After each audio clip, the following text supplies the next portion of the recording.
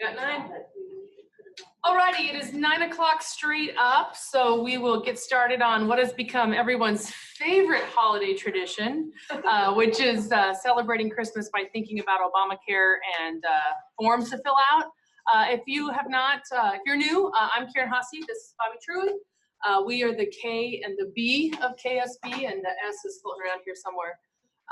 So we thought about not doing this webinar this year because it's a lot of the same form filling out, but just as Bobby and I talk about this, filling these forms out is like speaking a foreign language, and it's just nice to get a refresher course on how to say, where's the bathroom in Obamacare, and speak the language. So our goal here today is to review getting those forms filled out. We are going to give you a quick little update on the litigation that you probably heard about on the news, and some of the changes that the Trump administration has made in its enforcement priorities, and then we'll get down to the dirty business of actually filling out the forms. Yeah, so we've got spots in here to ask questions too, which we've done in the past.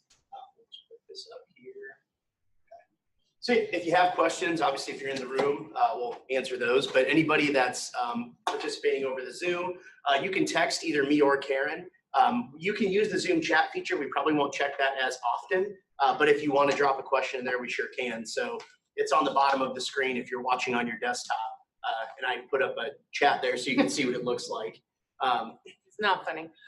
So if you are participating via your desktop on Zoom, I wanted to give you a couple tips on how I like best to watch these things on Zoom, because I get frustrated when it's like this giant Hollywood squares and then there's a teeny tiny little, I can't keep up. So you can pin a particular video. So you can have the slides that Bobby's computer is sharing on one side, and then pin us as the second slide.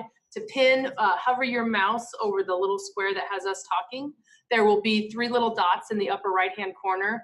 Click on those 3 little dots and they'll come down a little pull-down menu, and you can check pin video. And so that would make us, that's what this view, if you can see, looks like. It'll have like a little box with us and then the slides. What else do I want to say about that? I think afterwards we're going to send out a link with all this stuff again and with the recording. So if you're wondering about tracking the different links and where everything is, don't worry about that. And you can go back and look at the recording if there's a certain part of it that you missed or want to watch again. So and the way we do the recordings, it will not surprise any of you to know that I'm not a very patient person. So like recordings, like 30 minutes, that's just way too long for me. So this is a 3-hour webinar, but it'll be broken up into chunks of like by topic. So when you're trying to remember, what is that stuff on ALE, there will be a section ALE so that it will not be the entire enormous thing in one long, we'll post one long one, but then I'll also have it chopped up into the relevant sections. So, and we're really interested in making this good. So I'm really interested in your feedback about how that works for you on the back end. And I said to Bobby this morning, these are bookkeepers, these people are gunners, so they actually will watch the videos and look at the materials. And I really want to know what you find useful and what you find not useful so we can continue to improve on this. Is that it? Last thing, if you are participating via Zoom, I want you to know that we moved your Christmas tree. This is why we don't have nice things. We moved the tree just so you could see it. So Merry Christmas. And I came in to drag it this morning, and Bobby and Sherry said, oh no, we knew you were going to make us move it, so they had already moved it for me. So thank you, Sherry and Bobby. So. If you have technical difficulties out there, she's going to hate me for saying this, give Sherry a call though at our office number 402-804-8000. But she can probably help you figure out what it is and go from there. Yep, I think that's Sherry's it. here and our tech guy's here, so who also happens to be my husband. So funny how he's like always Johnny on the spot when we need him. So I think hopefully we got all the bugs worked out. All right. Okay. So.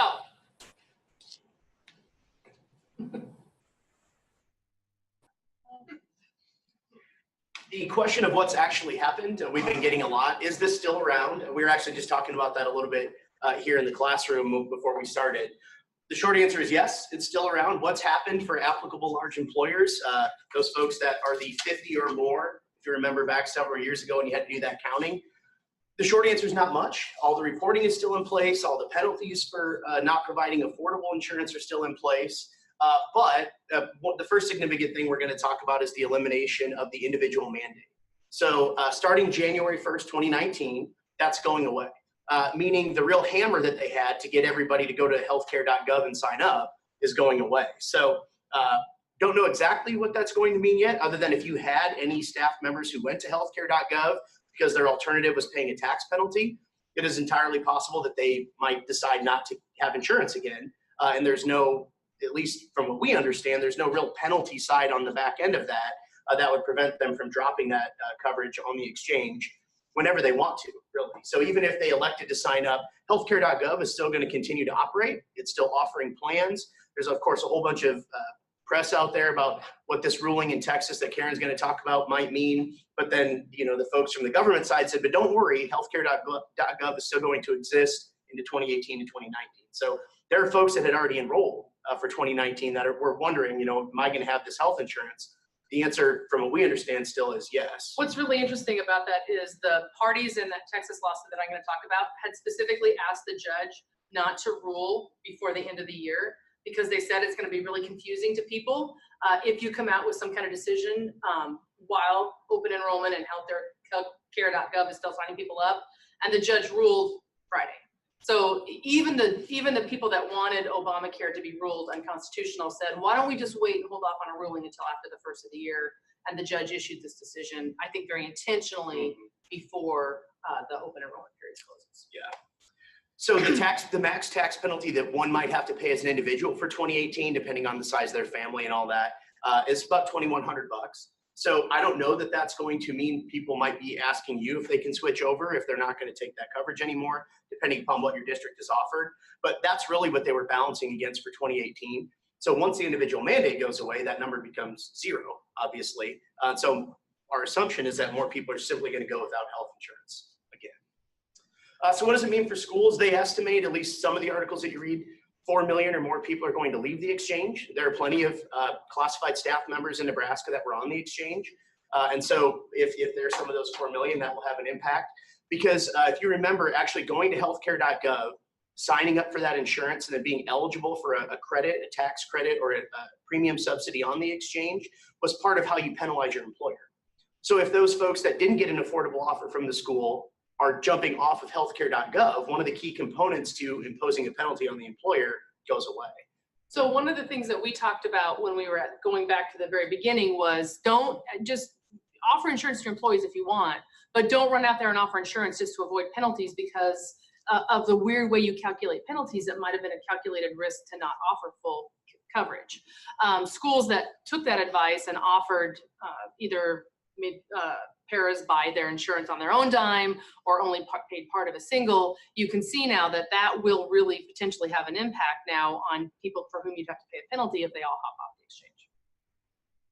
So the only other thing that we thought about is obviously as people leave the marketplace, some of those staff members that remained on there, once the healthy people, so to speak, leave the marketplace, we're assuming the underwriting is going to jack those premiums up. So I don't know exactly what that'll look like, but it's possible that even somebody who was going to stay on might jump off, not because they don't want insurance, but because those premiums could go up as a result. Let me just tell you a quick story to kind of illustrate the volatility of the health insurance premium market right now. Law firms, a lot of law firms don't offer health insurance to their employees. We do.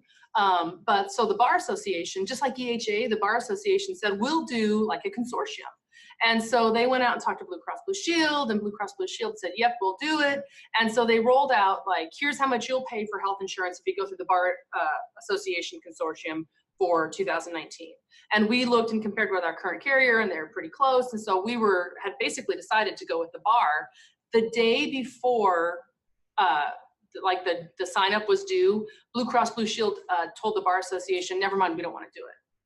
And the Bar Association is like, whoa, wait a second, we promised all these people insurance. And Blue Cross Blue Shield said, well, if we're going to do it, we'll have to jack up your premiums by 12%. So then they go out and tell all the attorneys 12% increase in your premiums. Well, then firms like us that had other insurance secured, we were like, okay, we're good, thanks a lot. So we went with our old carrier. Then the Bar sends out a second email saying, okay, they're going to offer it for 12%, but based on how many people sign up, they may jack it up again. And so that's just to give you a sense of your employees, like those that are getting insurance through a spouse's plan or through the marketplace, that volatility, even though EHA is rock solid and pretty stable, that volatility is going to affect you because I think people are going to be jumping on and off the school's plan based on what's happening at hubby's work or whatever the options are.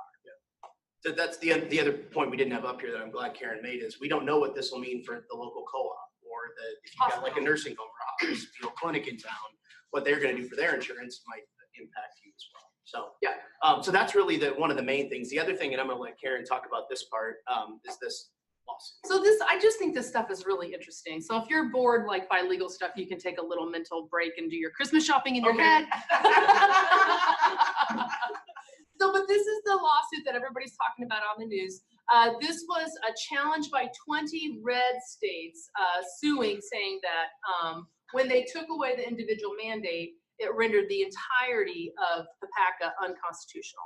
And if you don't know, Nebraska is one of the red state plaintiffs, so we are technically a named plaintiff in this lawsuit. The defendants, the people they sued, was the U.S. Department of Health and Human Services and the Internal Revenue Service. So when Trump was elected, those entities went to the judge and said, hey, you know what? We actually think that the individual mandate is unconstitutional, so we're not even going to defend that part of the lawsuit. But we think, Judge, that you can take a steak knife and just chop off the fat of the individual mandate, but leave the meat of the stuff that people like in Obamacare, like no pre-existing conditions, like you can stay on your parents' insurance until you're 26 years old.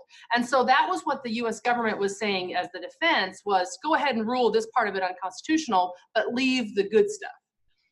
Then there were several blue states like California, Vermont, who said, we don't think the Trump administration is going to do a good enough job defending Obamacare. So judge, let us come in as additional defendants and do the hard work of defending this thing. And the judge said yes. So we've got three parties in this case, the red states, the federal government, and the blue states. Okay. And the blue states said there's nothing wrong with the individual mandate because they didn't get rid of it. What they really did is they just said the tax penalty for not buying insurance is $0. But it's still there, right? So that's the state of play. All of the parties, as I mentioned before, had asked the judge to wait to rule until after the first of the year. He issued his decision on Friday. So the argument is that making the individual mandate tax $0 means it's not really a tax anymore. That means it's not constitutional. And that means the entire edifice of Obamacare has to be ruled unconstitutional. Those are the arguments. The court talked about the US Supreme Court's decision in Sebelius, where the Chief Justice Roberts said, under the Commerce Clause, the federal government cannot make you enter the marketplace and buy something, right? The feds cannot say everyone must own a Keurig. That would violate the Commerce Clause. But they can tax you. So they can say everyone that buys any coffee maker other than a Keurig has to pay a 10% tax. That's in the taxing authority. So the Supreme Court said, if we look at the individual mandate as an obligation to do something, that would be unconstitutional under the Commerce Clause. But what they're really doing is taxing you for not buying insurance, and that makes it lawful under the Congress's taxing authority. Now, when they zeroed out the tax on the individual mandate, the argument is that it's not a tax anymore, and so therefore Congress is no longer using its taxing authority. And then the next fight, and this is just, I just to understand some of the news coverage. So that's the individual mandate. The judge said you can't have a tax of $0 and have it still be a tax. So clearly, it's not under Congress's taxing authority anymore. It's only under the Commerce Clause, which the Supreme's already said in Sebelius is unconstitutional. So that part dies. You with me so far? I love it that you guys are here in person. I mean, webinar people, I love you too, but it's nice to have faces going, okay, so far so good. All right, so now here's the next fight. Can you detach the individual mandate from everything else? And remember all the arguments when politicians who supported Obamacare were trying to save the entirety. They were saying, look, the individual mandate is crucial to save the entire thing, that economically it won't work unless it's one big package. And so this judge went back and looked at all those statements by lawmakers that said the individual mandate is integral to the entire structure of PPACA. And then the judge said, well, if there's no individual mandate and it's integral to the entire structure, the whole thing falls. So that's how the judge in Texas got to where he did. I don't think the news coverage of this has been especially helpful. It's been real confusing to me to read it. It wasn't until I sat down and read the 55-page opinion that it all sort of made sense to me. It's pretty well written. If you're a glutton for punishment, I would send you a link to that opinion.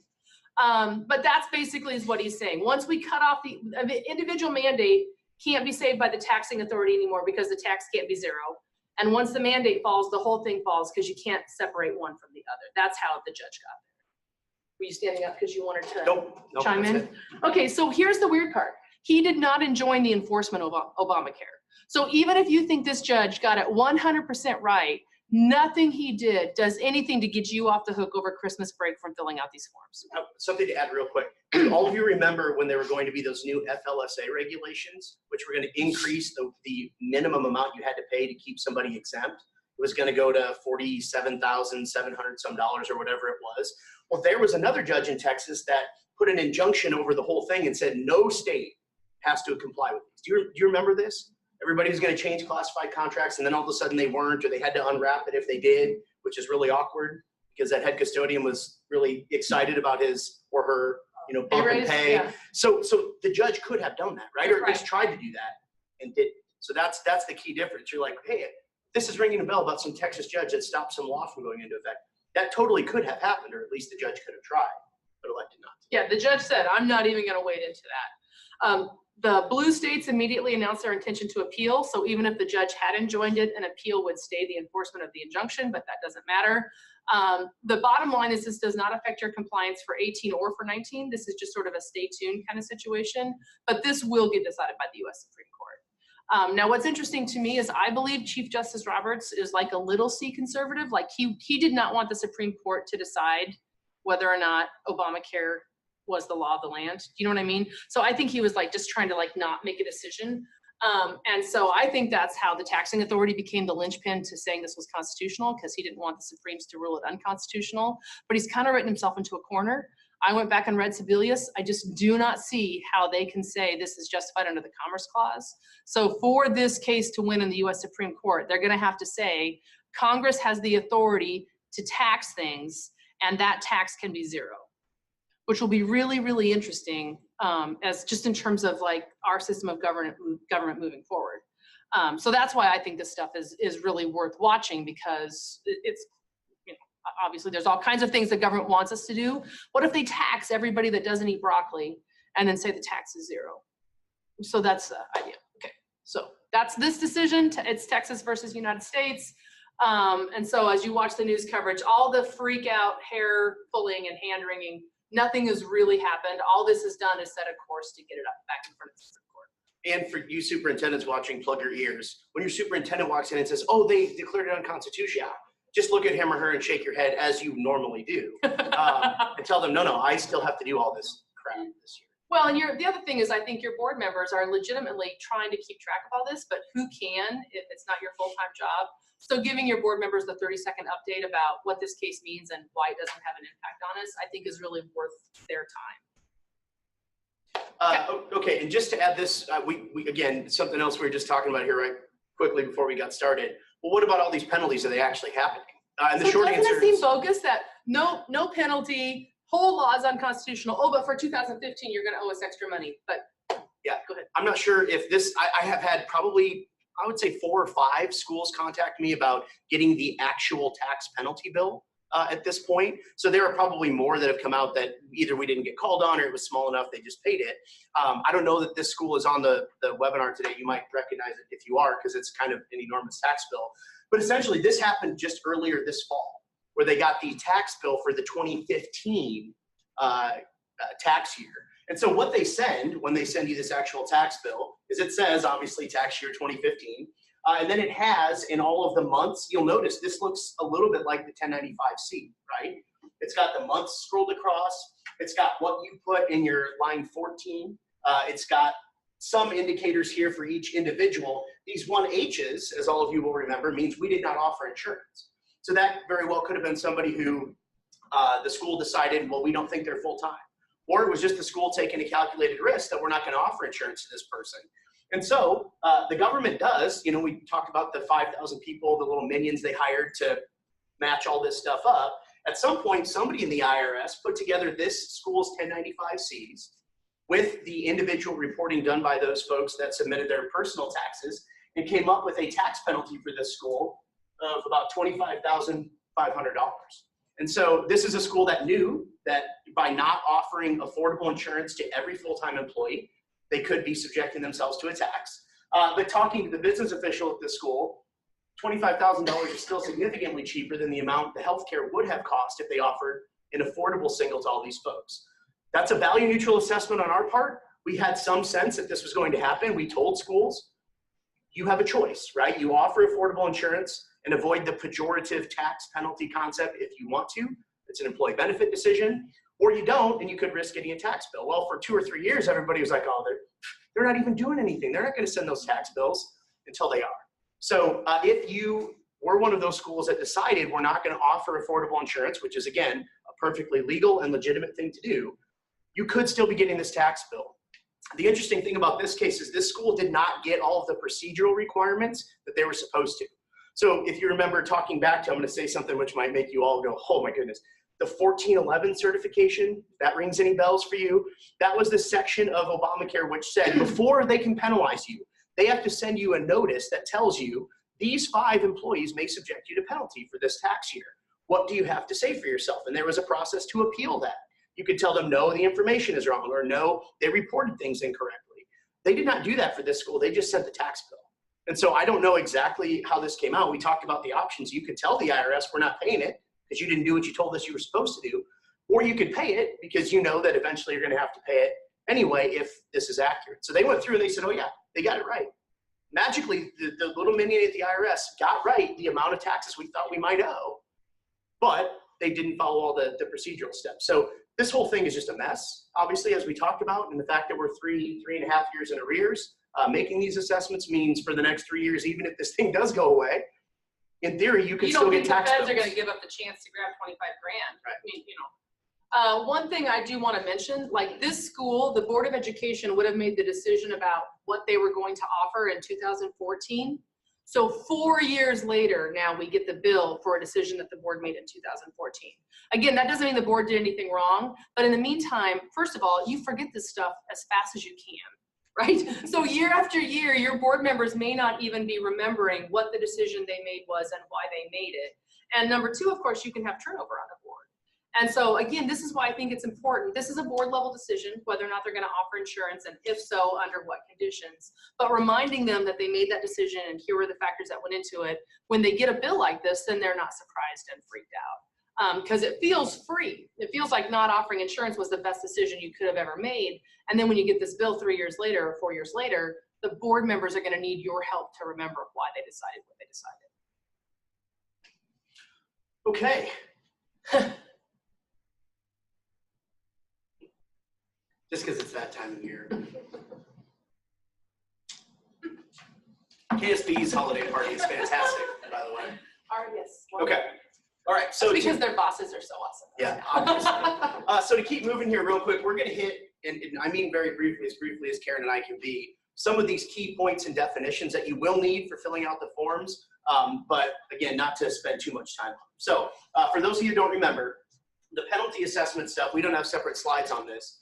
If you ever get something called 1411 certification, just put a little bookmark in your mind that says, oh, they may be penalizing me, right? So it could be a year from now, 2 years from now, no matter what the Supreme Court does, this is what they were supposed to do. This is what that school on the slide that we just looked at did not get. But if you ever get that, what that means is the little machines in the IRS are working right now on probably some tax year 2-3 years ago, working through all these forms. So this 1411 certification concept still exists. That's the appeal and penalty process. We're not going to cover it in any more detail other than to put that bookmark in, because as we've seen, you could get a tax bill without getting the due process that the school's entitled to get anyway. The other thing I would mention is that we had a lot of 1411 certifications go out and schools didn't know what to do with them. And so it was sort of like, okay, we'll just put it in a file folder and wait. And then to my knowledge, a lot of those schools still haven't gotten notice of the penalty because the feds haven't caught up. So if you got that, it probably means that there is a penalty in your future, since we've seen that they are issuing penalty notices, you know, in schools where they skip the 1411 certification. We just can't tell you when or how much or any of those things that you're supposed to be given notice of. So other than that, it's working totally fine. Okay, so real quickly, just to hit the applicable large employer stuff. This is an annualized review. So for those of you that are like, Bobby, we have 150 employees. We're always going to be a large employer, totally fine. But just to cover, because we have had several schools who have said we've had to hire, or actually You know, we did a reduction in force, or we had, you know, 5 senior teachers leave and only hired 3 to replace them or 2 to replace them. Or the really high needs special ed kid we got to the district. So Yep. those 3 extra paras that we had are gone. I mean, it's surprising to me how much movement we've had Yep. there. So if you are a school who I would say if you're at 60 or less for your applicable large employer number, you should run this again for a couple of reasons, not least of which is for a while there, do you remember they let you just choose a 6-month period, and then you were able to do something kind of unique and different with it, so that is a confusing way of saying the original math that you're supposed to do to figure out if Obamacare applies to you in the first place is in place. That's for each month, January, then February, then March, and all the way through the preceding calendar year. So if you were to do this, you're looking at the 2017 calendar year data to figure out whether you're a large employer in 2018, and to figure out if you're a large employer in 2019, you should be looking at your 2018 calendar year data. This is different from assessing whether individuals are full-time when you're using the look back period and all of that stuff. So if you're like, holy crap, this is exactly why I remember this. This is why I hate all this stuff. You may have not done this calculation for a long time because it's so obvious that your school would be covered. We put this up here more just so those schools that were close run the numbers again, because it's possible that we could give you a Christmas miracle if your 2017 data indicated that you actually dipped to 49.8. So it is worth rerunning this. We've got a spreadsheet we can send you that does it. It's not magic. You just add up your number of full-time employees plus your full-time equivalent hours for each month to get a full FTE number for every month, January through December. Then you add those up and divide by 12. That's your number. The important thing is, especially if you don't run a summer school or any of that, or if you're light in the summer for any reason, you actually use those real numbers. So you may only have 10 or 15 total employees for purposes of counting in June and July. That's different from how the government requires you to do it, both how they required you to do it before and how they require you to do it for that 9-month para, where we basically have to ignore his or her summer months when figuring out if they're full-time. So if you've not done your large employer counting again, if you're sufficiently confused, don't worry about it. This is something we haven't talked about in a couple of years, but it's worth running again to see if you are actually covered, because technically you're not supposed to do the reporting if you're not a large employer. That might confuse the IRS when they actually look at your data. So like last time I looked at mine, I was at like 52. If you were at 52, it's I'd totally rerun it. time to do it again, I'd rerun it. right? Because one employee or just there are a million ways where even your number of FTE hours, we didn't have as many pregnancies because you're supposed to count that person on maternity That leave who's person taking doubles sick counts leave, as 2. and you're counting the substitute for that person. So there's a number of things which could have shifted your number down. And if you only have to go down by 1 or 2, it's totally worth running this again. So before you launch forth, if you're somebody who's within the margin of error there. Should we just put the spreadsheet up? Yeah, we can do that. We'll Sure. put the spreadsheet up on the same link where we were going to have the recording and all that. We'll just have it there so that you can, if you want to rerun it, it shouldn't be that hard for you. And then give us a call if it doesn't make sense. And if you were at 75 or more before, yeah, we're going to be I was over. going to say, yeah. You don't have to worry about it. The government will happily take your reports and your assertion that you are a large. Yeah. Okay, so the definition of full-time employee again becomes important. So all that stuff that we just talked about with your applicable large employer counting, whether you as the school are covered by Obamacare, forget that. So we talked about it, put a pin in it, set it to the side for now. So you're just assuming you're an ALE now. One of the things that you have to make sure of is to understand which of your employees on staff for reporting purposes were full-time employees. These we've talked about every year. In fact, we've used this slide every year, so I'm just going to put it all up here. The term full-time employee means any employee who is at least 30 hours of service per week or 130 hours of service in any calendar month. You'll remember, for reporting purposes, that teacher or that custodian that works in January 160 hours, but then quits in February, is still entitled to a report. Not because when you do the look back period where you measure what his weekly average is going to be over 30, but because he was full-time in at least one calendar month of the 2018 year. So these definitions we'll talk about more when we go through who you have to give this 1095 to, but keep in mind, for those of you that are measuring your paras across a calendar year, say from July 1 to June 30 of the next year, then excluding their break period and then doing the average of their hours on top divided by the number of work weeks, those people might be full-time if they averaged over 30 hours, even if in some month they only had 115, like December or May or August, because there's actually 2 ways to be full-time. Confusing again. I know I see all these looks like, I swear I knew this at one point, but now I'm confused as hell. Just keep going. And I get that. I totally get that. Karen and I were having this conversation earlier. Yeah. So what you are doing right now to figure out who to offer insurance to is probably to some extent based on the new hire rules and all this. If you think they're going to be full-time, you're probably making the offer that the board has approved. Totally fine. But for those of you that are still diligently tracking the hours from year to year to figure out who's full-time and not, that's great. But for those of you who have said, the board doesn't really want to take the benefit away from somebody just because their average dips down to 29.9, so we're not going to worry about it. That's totally defensible as well. But you're going to have to know who is full-time for purposes of who gets this 1095 sheet.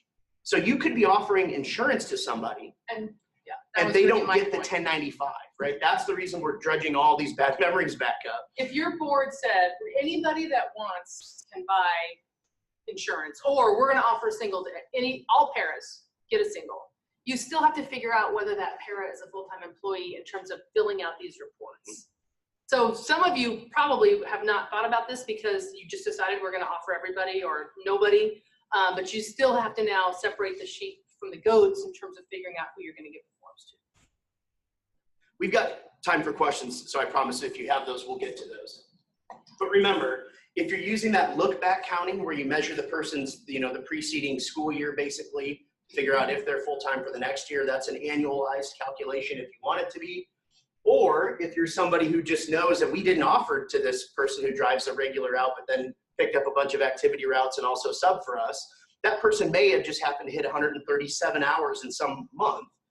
They're still going to get the 1095C, not because you owe them insurance, not because they could subject you to penalty, but because in that 1 month they hit full-time status. So this was the downside of the government saying you can really hit full-time status in 2 ways, right? If your employer does the counting to average your weekly rate or your weekly hours or in any particular month.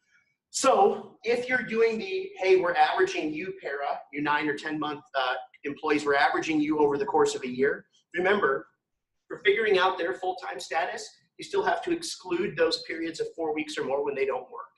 So if you're the summer. Yeah, so if your hours go in the numerator, your number of weeks in the denominator drops for any time they have a 4-week break or more that they don't work. So if there are 12 weeks in the summer that para doesn't work 1 hour of service, or let's call it 10 is probably more likely, then that means your denominator number when you put all their hours for the preceding period is actually down from 52 weeks to 42, right?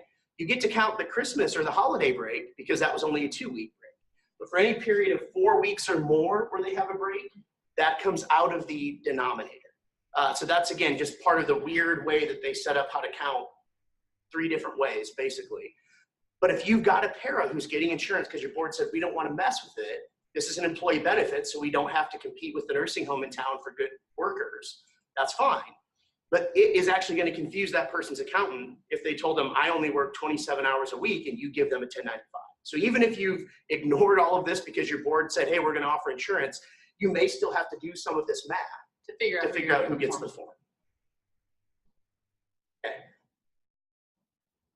So real quickly, we're not going to go through these in any great detail, but you'll remember there are the 2 different types of tax penalty. The one that I think everybody tried to avoid, it got this name of the death penalty from commenters out there, is if you actually fail to offer insurance, not affordable insurance, but if you have 10% of your staff that's full-time gets no offer of insurance, then you could be subjected to penalty A. So if you're a school out there who hasn't done any Obamacare planning, or if you're a new business official, you're not sure what your school has done, it's worth asking around for some of that historical knowledge. And notice again that offer does not equal pay for. Offer means that you could get insurance through EHA from the school if you're willing to write a check. That people are confused by that every single year.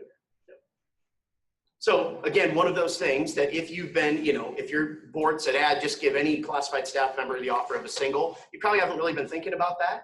But if you're a school who has said, we're only going to offer full-time people and we're only going to offer them half of a single or something like that, it could be that now your determination of who was full-time and not is going to impact whether you're complying. The key here is you either have to offer it of all of your people who are full-time under the definition. So from your superintendent all the way on down to the para that just barely averages over 30 hours. When you look at all of those folks, you have to make sure that you're offering to 95% or all but 5 of those folks. Otherwise, you could technically be eligible for the bigger tax penalty, which is a lot more, basically. One last thing, as you read, when you're working to actually fill these forms out and you start seeing minimum essential coverage or minimum value, anything that starts with any abbreviation that starts with an M, when I'm reading Obamacare stuff, anything that starts with an M, in my mind, I'm like, oh, I don't have to worry about that. Why is that? Because we are assuming that Educators Health Alliance offers coverage that has minimum essential coverage and minimum value. And we don't even mess with that stuff. And the only reason I bring that up is as I was reading through this stuff to get ready for today, I was seeing all the MEC, MV website. Oh, right, I don't have to worry about that. So if it starts with an M, pretty much, you can set it aside.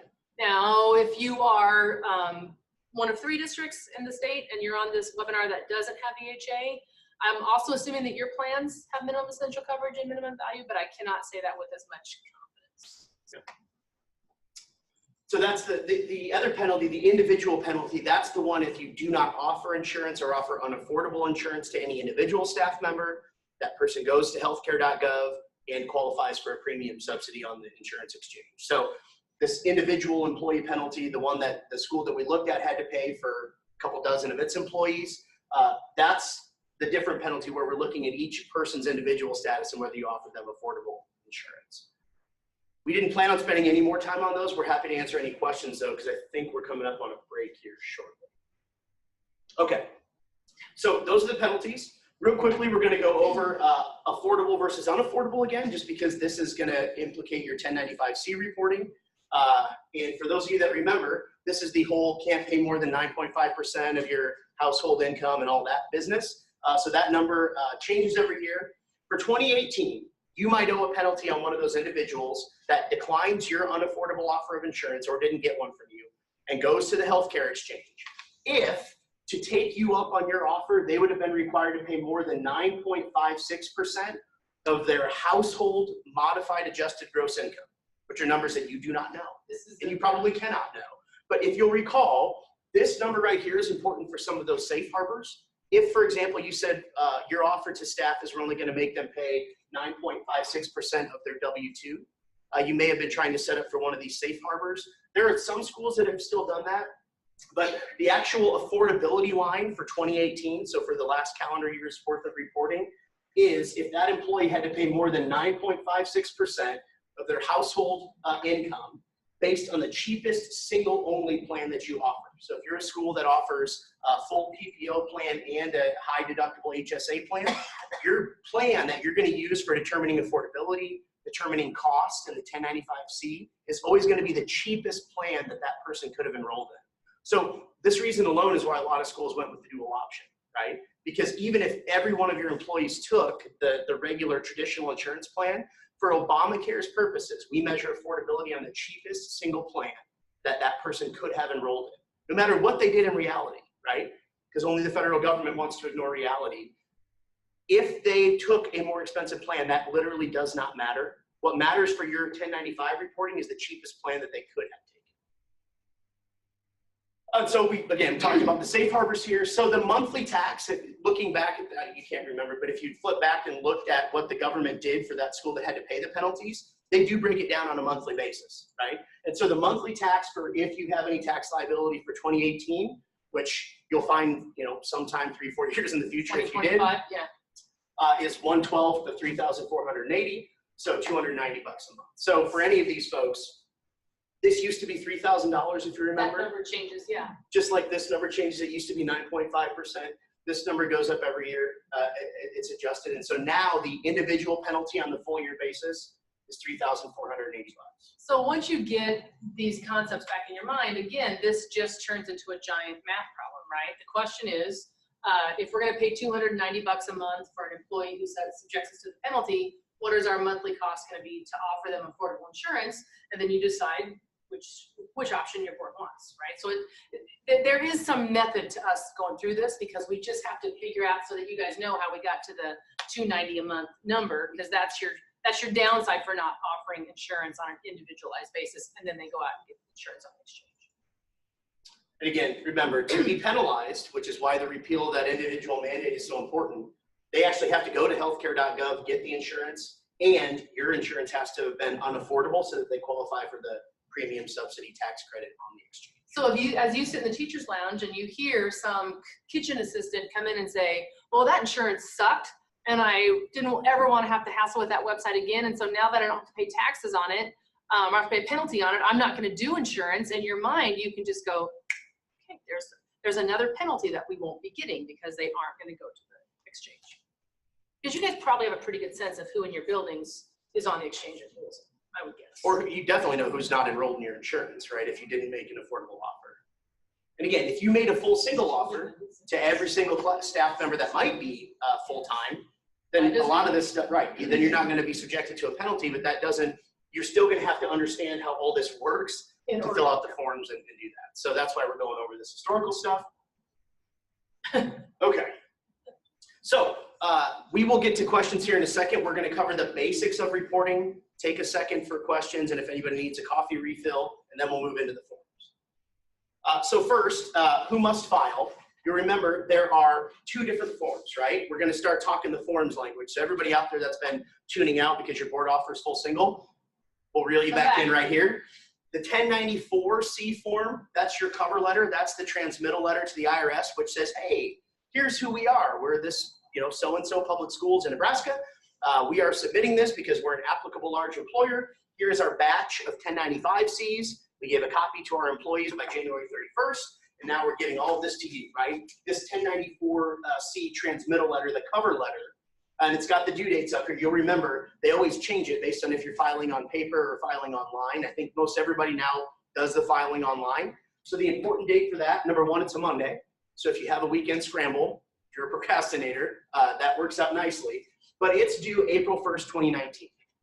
The 1095-C forms, right, the one where you have to give a copy to all of your full-time staff and a copy to the government, those are due to your full-time staff members by January 31st, 2019. Same as the W-2s, right? And although they don't always process it the same way, they need both of those forms to go to their accountant to get their taxes. So you have to give the 1095-C to your employees by January 31st. That's a Thursday this year.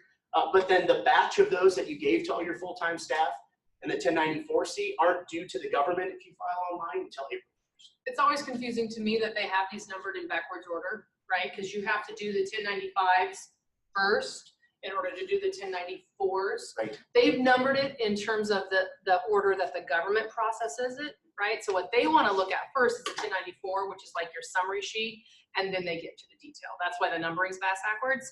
But the 1095 is due before the 1094. Well, not due to the feds, due to you have to have it done so you can give it to your staff.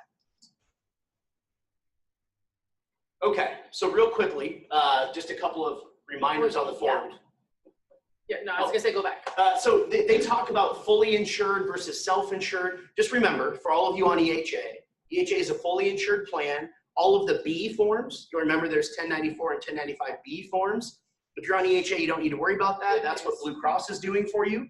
If you're self-insured or if you're not with EHA, that's a question to ask for your providers. Or if you're self-insured, you got to think through that part of it, which isn't many people. But to the extent that you're filling out the forms, do not use any form if you're an EHA person that is a B form. You want 1094 and 1095Cs.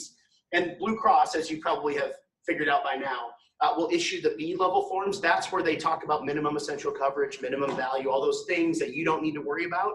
That's where they give that information to your employees. So when your employee walks into their tax preparer's office, they will have their individual return. They will have your 1095-C. They'll also have that form from Blue Cross. So if they're asking you for that other form, if you're diligent because frankly you don't want to hear questions all January and you get these done in the next couple of weeks, you can't force Blue Cross to do things any faster. So if they come to you and say, I still need the 1095B form, sorry, I don't do that. That's Blue Cross Blue Shield. So you have to give them the C forms. And this is the area that they indicate to the government that, oh yes, Jane Doe teacher enrolled her spouse and her kids in our plan. You don't tell that to the government, right? Blue Cross tells that to the government. So really until they can match all that stuff up, they don't get the full report, but you're only responsible for the C forms. And so we just want to make that note again. And with that, so if you are one of the schools that's self-insured or has a carrier other than EHA, From what I'm reading, the potential penalties also roll to the providers, which is a whole other thing we don't want to talk about. But I think every carrier is issuing these forms. That's the point. So if you are a bookkeeper and you're filling out B forms, I think you're making them, you're doing something wrong. Good news. Good news. Once in a while, we give you good news. Yeah, one more quick footnote on this. If you are, there are toggle marks and check boxes in all the different software, whether you're Apt2Fund, Software Unlimited, they help you with a lot of this stuff, which is great. Some are better than others in terms of their fidelity to the actual reporting rules, but make sure that they've got the right forms and information populated for you, because there was a school that submitted all of the B forms on accident because they'd had some toggle box checked incorrectly, and the government was like, what in the hell are you doing, right? This is not you. Why do we have 2 B forms and no C forms? So just to make sure, if you're using, if your software company auto-populates or anything like that, great. If it saves you work, awesome. You should still be double checking that work, but make sure it's the C forms as well. Yeah. Okay, so if you are over distance or anybody in here, text Karen or I, or drop it into the Zoom chat feature if you have a question about any of the stuff we covered. I was gonna say, do you want to take a break and then answer questions after the break? Oh, 'Cause sure. I think people are like trying to get their brains to process. So I think if we give you a couple seconds to process, we might generate more questions. Yeah. So yeah, let's come back at 10 o'clock on the nose. And if you've got questions, if you're a 10 distance, o'clock, that's 15 minutes. Why don't we, it's 10 minutes. 9:47. okay, it's 13 minutes. We'll split the difference. 10 o'clock it is. Everybody come back at 10 o'clock.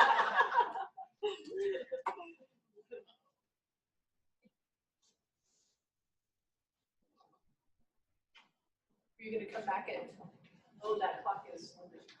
I was going to come back to anything. Sure. 5 minutes. It doesn't matter.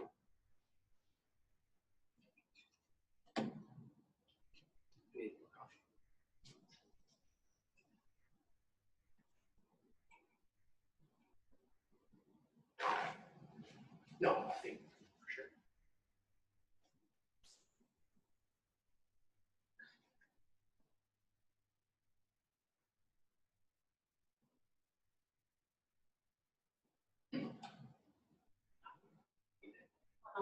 It's slightly chilly here, so it's probably, if you're hot and I'm chilly, it'll probably just.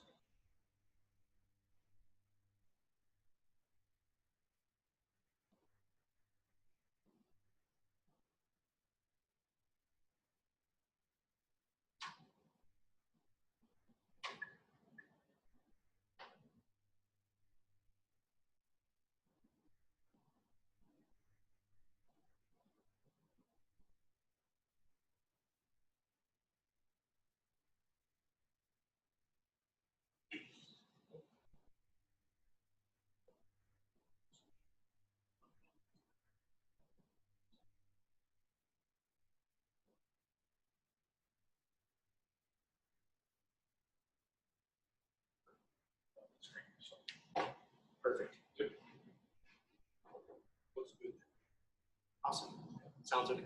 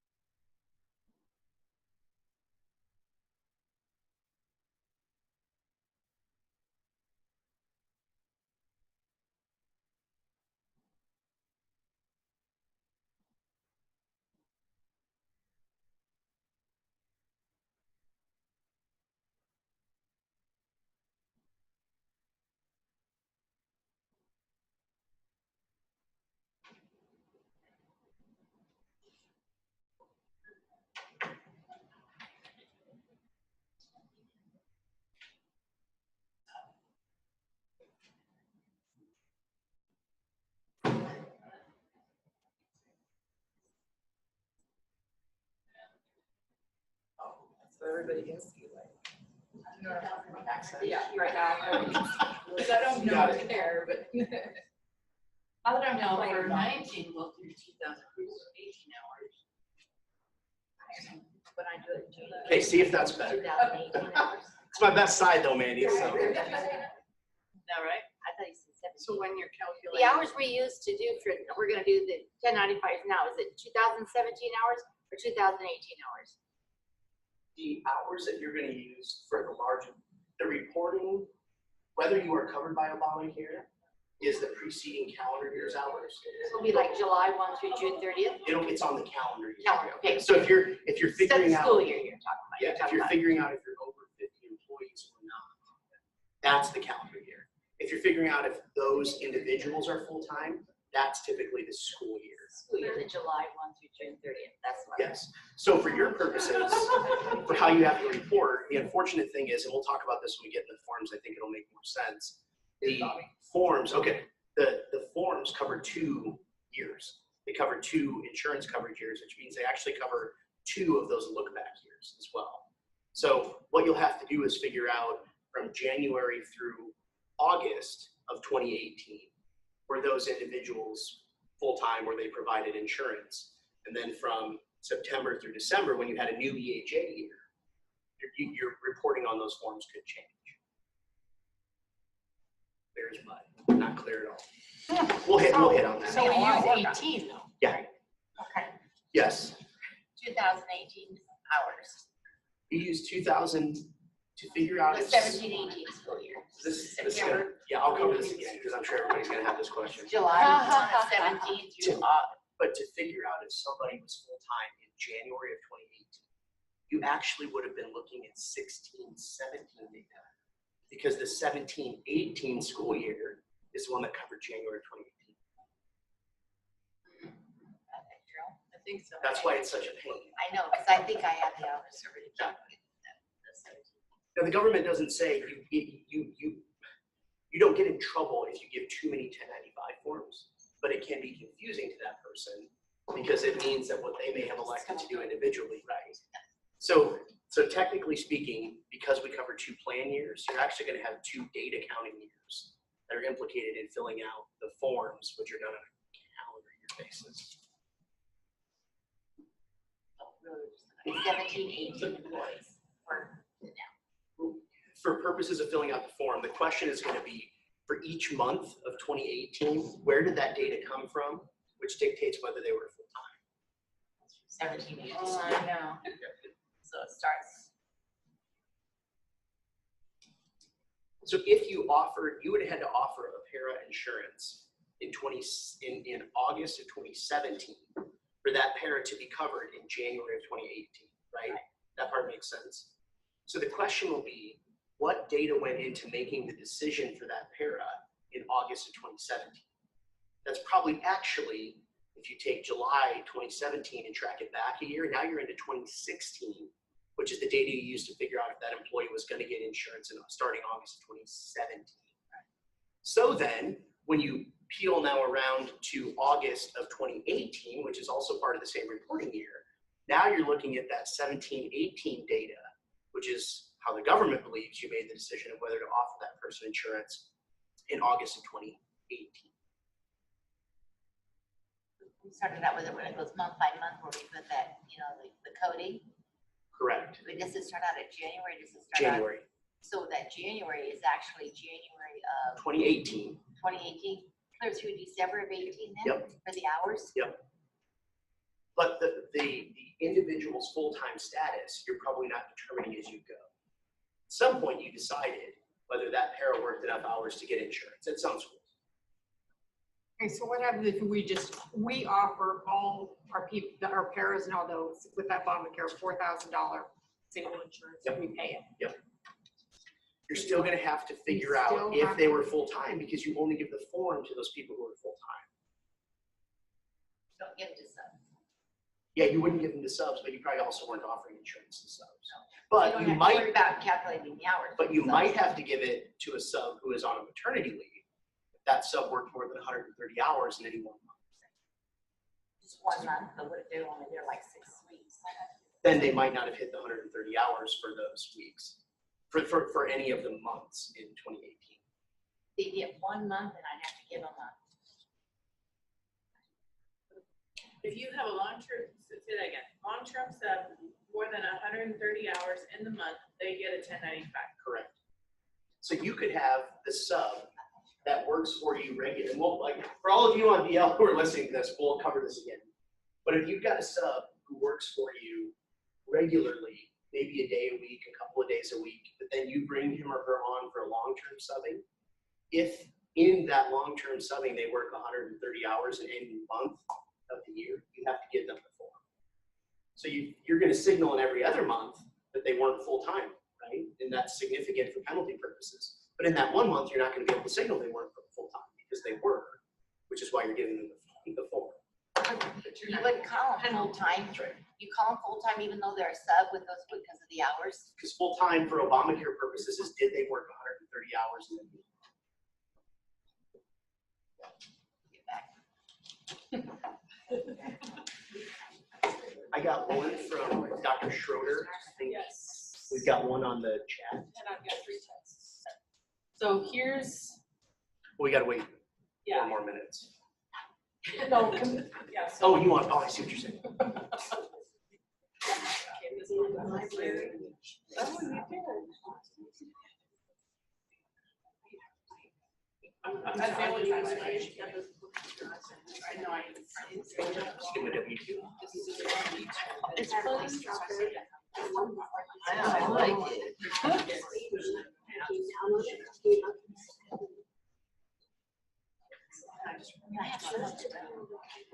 This is just my The question is what, well, you know, this doesn't matter. The question is how much would the individual have to Whether or not there's actually doesn't matter how the money goes. It's what their tab would have been. As they The answer is the 10% cap. These are always if they're saying.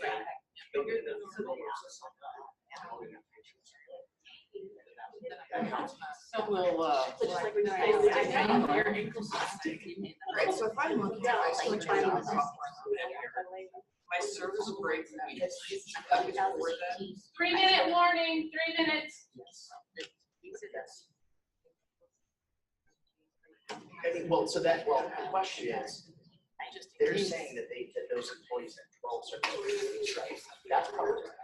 You don't have to go in, but it's from the denominator. So this is how you should read that as well. But if you have the spring break and you take a week off, you take 2 weeks off as a parent, Christmas, They're you have a week from Thanksgiving. All of those 0 or less hour weeks are still count. Oh, you do? But anytime you have 4 or 5 or 6 or 12 weeks, I know. all those get stripped out. So what this is saying, I think, is that your denominator. I mean, that's everything. Is your software's calculating. But now it's. Service breaks here. Yeah. So that's probably right. Which is again why it's confusing, because what the software takes into account is it doesn't always line up exactly with the actual.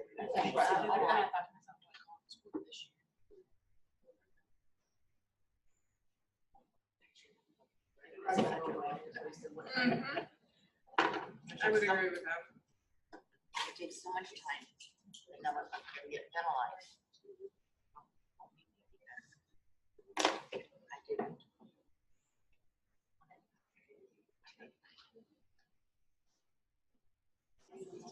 But that doesn't sound like we can do that. Well, that was the way you did it. I know, but I'm just saying, according. No, I know, but I did it. Last year we That's did why 3 we, months. that's why we.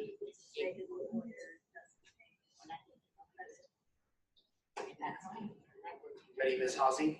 I'm ready. Because it was like the offer you code it different again. Okay, we'll give everybody a chance at the distant, if you're at your computer, to tune back in here. Those of you who tried to forget everything for 15 minutes, I don't blame you.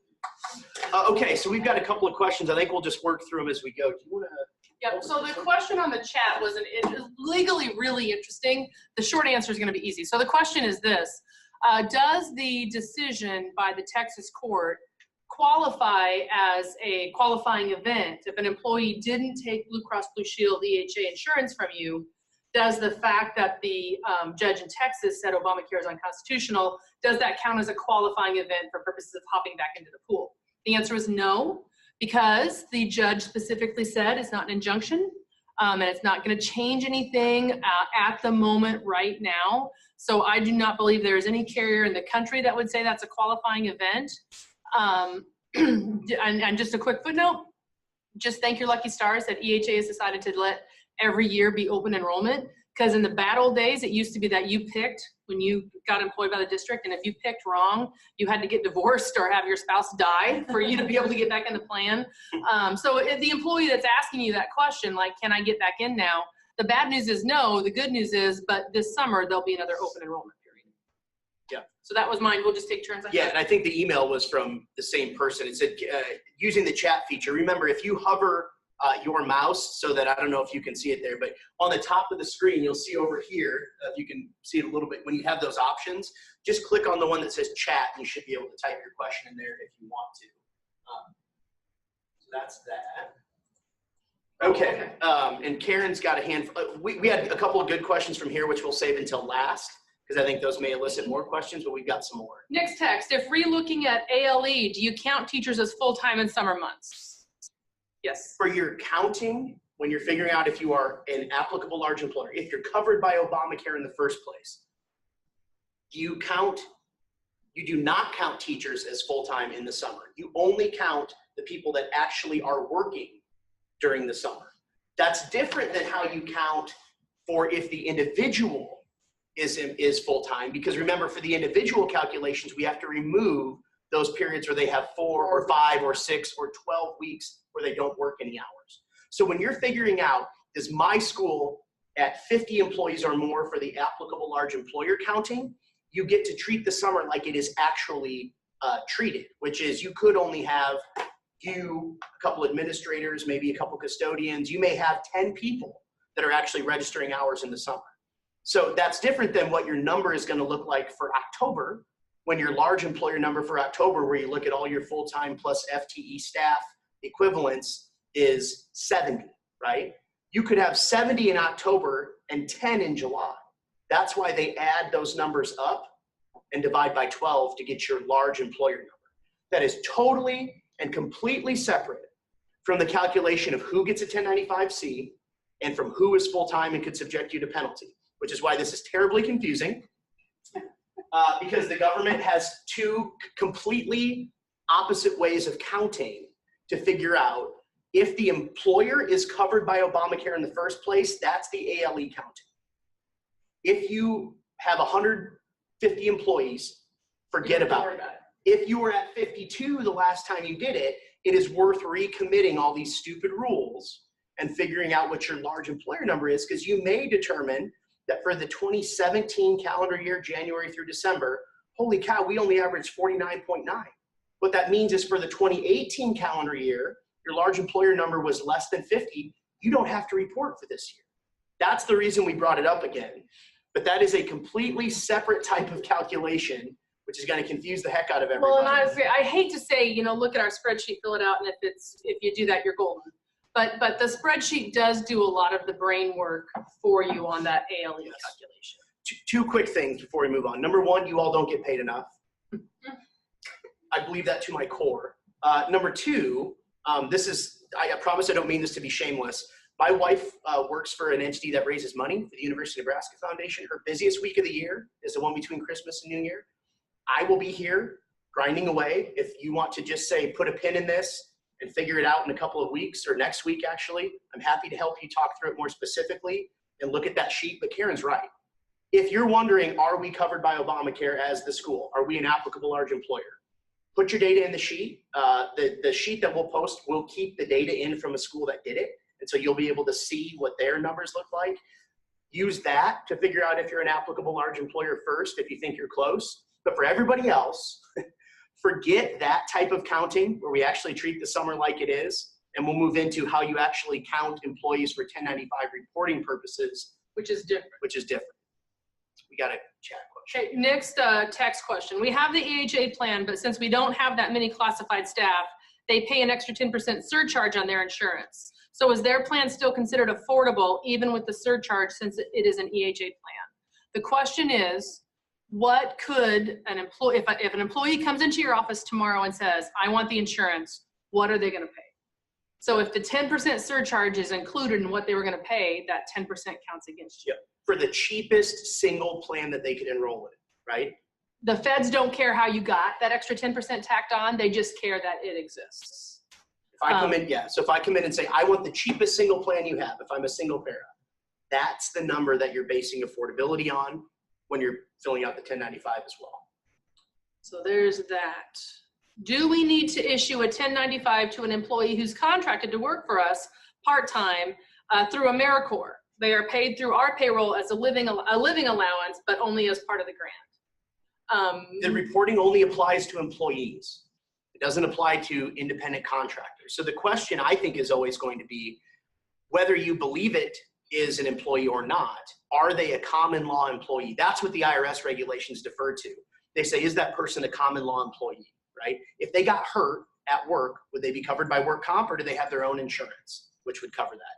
All of those indicators that would show the IRS if this person is a common law employee, entitled to a W-2 and all I say that. basically, do you issue them a W-2? would be That's the really the go-to. question. Yeah. So if you've got anybody who, it could be somebody from the ESU, right? There are a lot of ESU employees that walk around the school. You're not issuing them a W-2. You're probably paying the ESU for their time. That's an ESU employee, not a school employee. So the question is if you have the same setup through AmeriCorps. So there's no additional chat. You're looking at your screenshot of that chat. No, there was one that came in. Maybe that's the qualifying of that one. Yeah. Okay, perfect. Okay, so the question we got here, and this is the one that we're going to get into now that we're digging into the forms.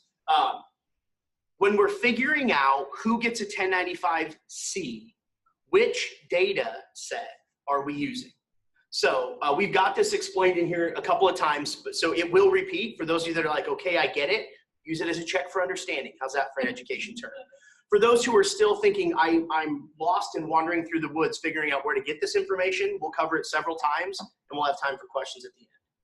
The short answer is, when you think of your reporting, when we pull up the 1095-C form, you will see that you're reporting from January through December of the tax year 2018, right? That is not how you insure people. You insure people from September through the end of August. So the short answer is, the data that indicates whether that person was full-time from January of 2018 and then each month of 2018 as you go is the data you're going to need. So let me use an example.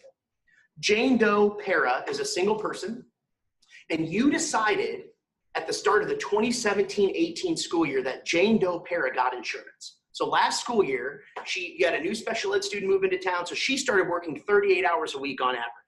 So when you did the math, Jane Doe Para was full-time when you were making this decision. Those numbers, though, to figure out if Jane Doe was going to get insurance in August starting in September of 2017, probably came from your 16-17 school year, right? Because that's the year that you looked at when you were figuring out, sitting there at your desk in July or August of 2017, figuring out if Jane Doe was full-time. If you use the look-back counting or the standard measurement period, it will be referred to in your Software Unlimited report. That data that you got is actually probably covering the 16-17 school year. So you looked at that and you said, Jane Doe is now full-time, so we gave her insurance starting September 1, 2017. That insurance decision, deeming her full-time using the look-back period, stays with Jane Doe for the next school year. So when you get to January of 2018, which is the first box that all of you will fill out for your reporting this year, that data that made Jane Doe full-time in January because she got an offer of insurance in September is really from 16-17. But then when you started Jane Doe on insurance, you were also tracking data for the 17-18 school year when she received that insurance based on her full-time status. So now when you're filling out the form, you're going to get all the way from January through August with Jane Doe's full-time status you gave her starting in August or September of 2017. But now you've got another year's worth of data, right? And so your September, October, November, and December form boxes for the 1095 are probably going to come from the 17-18 school years worth of data. That might be a little confusing. I totally understand. It might be a lot confusing. We'll cover it again, but this is the downside, one of the downsides of how EHA runs its plan and how, frankly, the government allows you to do the counting if you elect to do it. For employers that are all on the calendar year, it's super easy, right? Schools are not. You are by definition always going to be 6 months, sort of like laddering almost. So another way to think about this conceptually is if you ask all of your employees to pay 20% or 50% of the single insurance if they get it, in September of 2018, that number went up, right?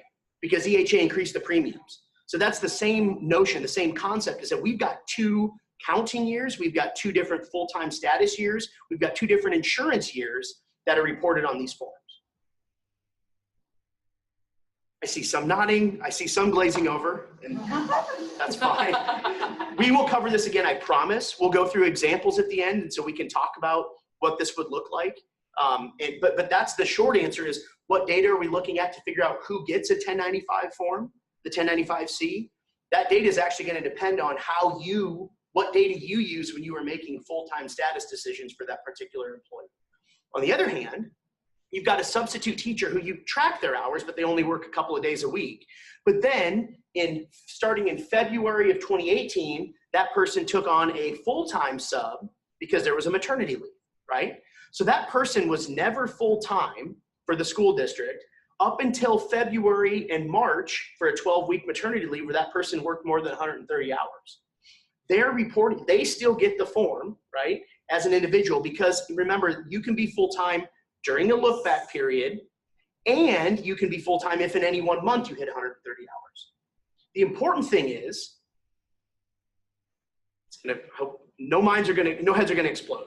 If you use the look-back counting, and you've decided that Jane Doe Para actually was 29.9, then you don't give her a report for that reporting cycle, even if she worked 180 hours in some way. Because her full-time status, when you did the look-back counting, is either good or bad for Jane. But it doesn't change until the next year So when you do that full-time status. I was she'll get credit for that 180-hour month when you're doing the math for the upcoming. Correct. I don't think many schools are using that method for this very reason, because you guys don't want to have to rejiggle it and take away someone's insurance offer. No, right, that's what I'm saying. But the government believes that every, say, mid-July, all of you are looking at a snapshot of the preceding 12 months and making offer decisions on You're that basis. saying, do you get insurance right? next year or not? That's because the government, frankly, exempted itself from all this stuff, which is pretty typical. But the fact of the matter is the government assumes that every summer you're doing this hours in the numerator, weeks in the denominator, moving out employment break periods. That's the assumption they're making. If you're assessing full-time status on an individual basis using the preceding year's data. So you may be looking at me saying, Bobby, I didn't do that. And my answer is, that's okay. That's okay. No problem. Don't worry about it. Your software company probably has some of that baked in for you, whether you've asked for that or run that report or not. So don't freak out. Don't assume you're going to have to do all that counting by hand. It is possible to do. It's not the end of the world. But understand the government has been assuming this whole time that if you use the look back period, say 3 or 4 years ago, when your board was deciding what to do, the government's assuming that you've been doing that every year since. You may not have been, no problem. But somehow, some way, you're going to have to say to the government, this is why Jane Doe got a 1095, or this is why Jane Doe did not get a 1095, right? That's somehow that has to happen, which is why we're taking the time to cover this confusing stuff, because one way or another, we've got to make that assertion to the government. We will cover that again as we go through, I promise.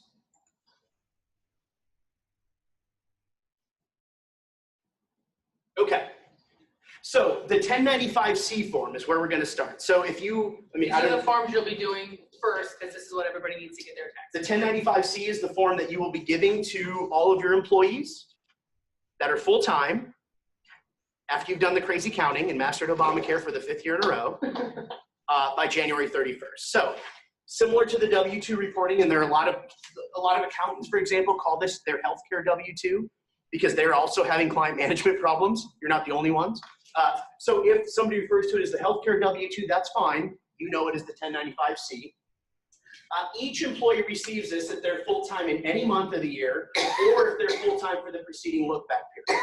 Which again, for our purposes, there are 2 look-back periods in play here, right? Because that's how our insurance year runs. This is filed with the 1094C in a big batch, February 8th in paper or April 1st electronically.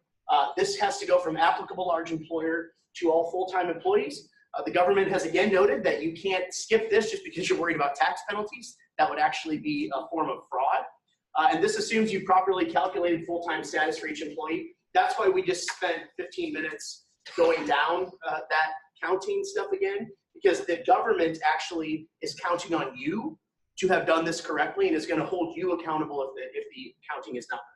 Here, when it says filed regardless of any potential tax penalties, we have had bookkeepers say, okay, but I don't have to do this for the teachers, right? Because they all got insurance. No, you're not filing these only for people for whom you might be penalized. You're filing it for everybody.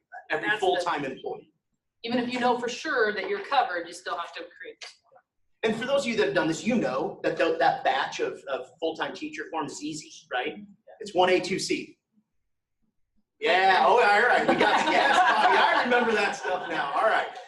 Provided to employees by January 31st. Again, this is just a summary. We've covered most of this already, but just the sort of the basics of the 1095.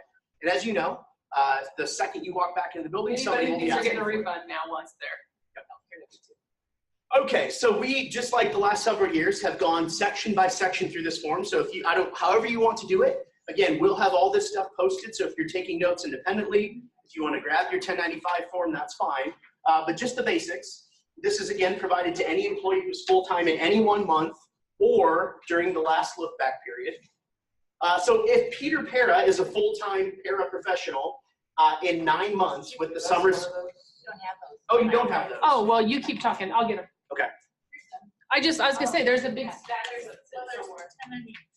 Yeah, the 1094 is not the 1095. Okay, There's a big stack of them sitting on the printer, so I'll go grab them. we'll get them for you. Yeah, so everybody here, sorry, quick footnote for those of you on DL, you should have the instructions and the 1094, 95. If you don't, we'll get those for you. But we'll cover this part because it's the easy part. This is the top portion of it that all of you will remember, right? You've got the employees' demographic information, the applicable large employers' demographic information, and this, again, is where we're reviewing the who gets the form. Peter Para, remember, that's full-time in 9 months because when we're looking at individual full-time status, we're ignoring the summer, right? So Peter Para is still going to get this form. And if Connie Cook is full-time, but she quits in February, so she literally only worked for the school January of 2018, as long as Connie Cook, either for look-back purposes or in that month worked 130 hours, was full-time, Connie Cook is getting that form even though she only worked for the school for 1 month in 2018. Any full-time employee in any 1 month or for the look-back period. Danny Driver was a custodian last year, but only drives bus this year. This is a fairly common one where somebody switches hats, puts a hat on, takes a hat off. Keeping in mind that if Danny Driver was a custodian, but he stopped being a custodian in May of last year, didn't do anything in the summer, and now all he does is drive bus for us this first semester of the 18-19 school year, Danny's going to get this form because of his full-time status last school year. And again, this applicable large employer section right here has to match what you have on the 1095C. Hopefully none of you have had it happen, but if it doesn't match, if the information you fill out here doesn't match with what's on your 1094C, the government will assume you've done something wrong.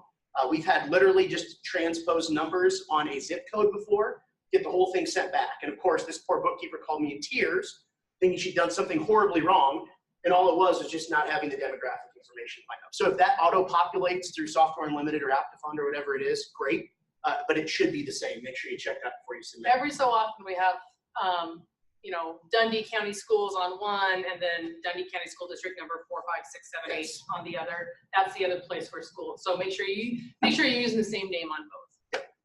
We're not going to get into the new hire rules. They're super weird. But for those of you that are treating somebody, if you hired a new para to start this year, right? So that para first put boots on the ground in the school August 15th of 2018, and you gave that para insurance anticipating because she was going to be full-time, that para is going to get the report even though you don't have a year's worth of data on her and you use the look-back period, right? That's the main takeaway from the full-time rules. for reporting purposes. There are other ways to, I don't want to say game the system, but other ways to deal with new hires, like let them work for a while and see how many hours they get. We're finding that schools aren't really taking advantage of that, so we won't talk about it, but that's the other reason that the new hire rules can be weird. On the same lines, if you hire a 0.5 para, right, and you made an offer to that person because the board said offer everybody their equivalent of their full-time status, that might not be an affordable offer to that para, but you, for purposes of reporting, aren't going to give her a form because you know, based on the new hire rules, that she's not going to be full-time as you guys define it. That means the new hire rules allow you to treat her for the next year as not full-time. So the decision that you made about that person's status when they started this year is really the one that's going to dictate if that new hire is going to get the form. Okay. All right, so again, we'll have more spots to stop here for questions, but now we get into So now the this is meat where of the it. PTSD kicks in if you fill these forms out. We're getting into lines 14, 15, and 16, which thankfully the form looks exactly like it's looked the last 2 years. None of it is different. All the codes are the same. So none of that stuff has changed, which is awesome. All the headache about remembering, re-remembering these rules, looking at data dating back to 2016, that stuff also hasn't changed. It's just frustrating. But the nice part is this is the first, so for 2 years in a row now, we've had the same form with the same codes as the preceding year. So part 2 of the 1095C form, the one that has boxes 14, 15, and 16, that's the one that you have to fill out for all these recipients, even if you didn't offer them insurance. That's the one that gets a little bit confusing if you have somebody who was a full-time sub, because only 2 of the 10 months was that person full-time. Maybe even only 1 of the 12 months was that person full-time. But so you still have to fill out the entirety of those columns in 14, 15, and 16. Even though, or rows, excuse me, even though you know that that person you're going to have to mark differently outside of that 1 month a year. You have to fill this out whether or not you offered them insurance, as long as they were full-time in any 1 month or during the look-back period. Okay. If data is static, you use all 12 months. So the best batch of forms, your teachers, right? In the all 12-month columns, you're going to have 1A in line 14, and if they took it, 2A in line 16. If they didn't take it, line 16 is blank. Is this ringing any bells? We kind of remembering that. If you have people that have been employed the same way, gotten the same offer of insurance throughout the calendar year, they're going to be all 12-month boxes. Now, the interesting thing is, even for teachers, those premiums changed, right? The August premium is different than the September through December premium. But because their offer remains a 1A qualifying offer throughout the year, that doesn't matter for those folks. What matters is if you can use the same code in all 12 months, you just code it in the all 12-month box rather than each individual line. If the offer in line 14, the cost in line 15, or the safe harbor or whatever code you're using in line 16 changes for any of those months, you have to code that row individually. So you could have, if you have somebody who subs for you, but otherwise only works full-time on a maternity leave for 1 month, that person's line 16 code could be 2B, which is the not full-time status code, for 11 months, and then blank for 1 month when they were actually full-time. But what that means is you obviously have to code the entire row for that person when you're going through and doing the reporting. So the vast majority of your reports are going to be just the teachers or your paras, which are going to look different halfway and halfway. It's just your oddballs that you're going to have to sit and think about how you code each. Again, we talked about this. We're going to repeat it many more times. The coverage year, if you like to think of it in those terms, which I think is useful to figure out all these crazy county rules, that coverage year is going to change, especially for a pair that has to pay 50% if his or her single. That's going to change from August and then September through the rest of the year. So if you have anybody who's paying any amount over the safe harbor threshold that we'll talk about, that person you know is going to change because the premiums go up, and that might be the only reason. Nothing you did in terms of changing their offer, but just the amount went up so much as 1 penny because of the increase in cost of premiums. Okay, and again, we're reporting not based on what they actually took. So if that para had the opportunity to take the $4,000 HSA plan or the full $900 deductible that you're giving your teachers right now, the fact that that para elected to take the $900 deductible plan, that is not what you're reporting. What you're reporting on is what would it have cost the para to take the cheapest single plan that you offer. And that is regardless of who else she would have enrolled and paid for. That is regardless of who else that custodian was even eligible to enroll, whether they have a full family, whether they're single, doesn't matter. What the government wants to know for the purposes of this section of the form is what would it have cost them to take the cheapest single that you offered them in all 12 of those months of 2018. So if you're a school who added the dual option this year, that's going to change, right?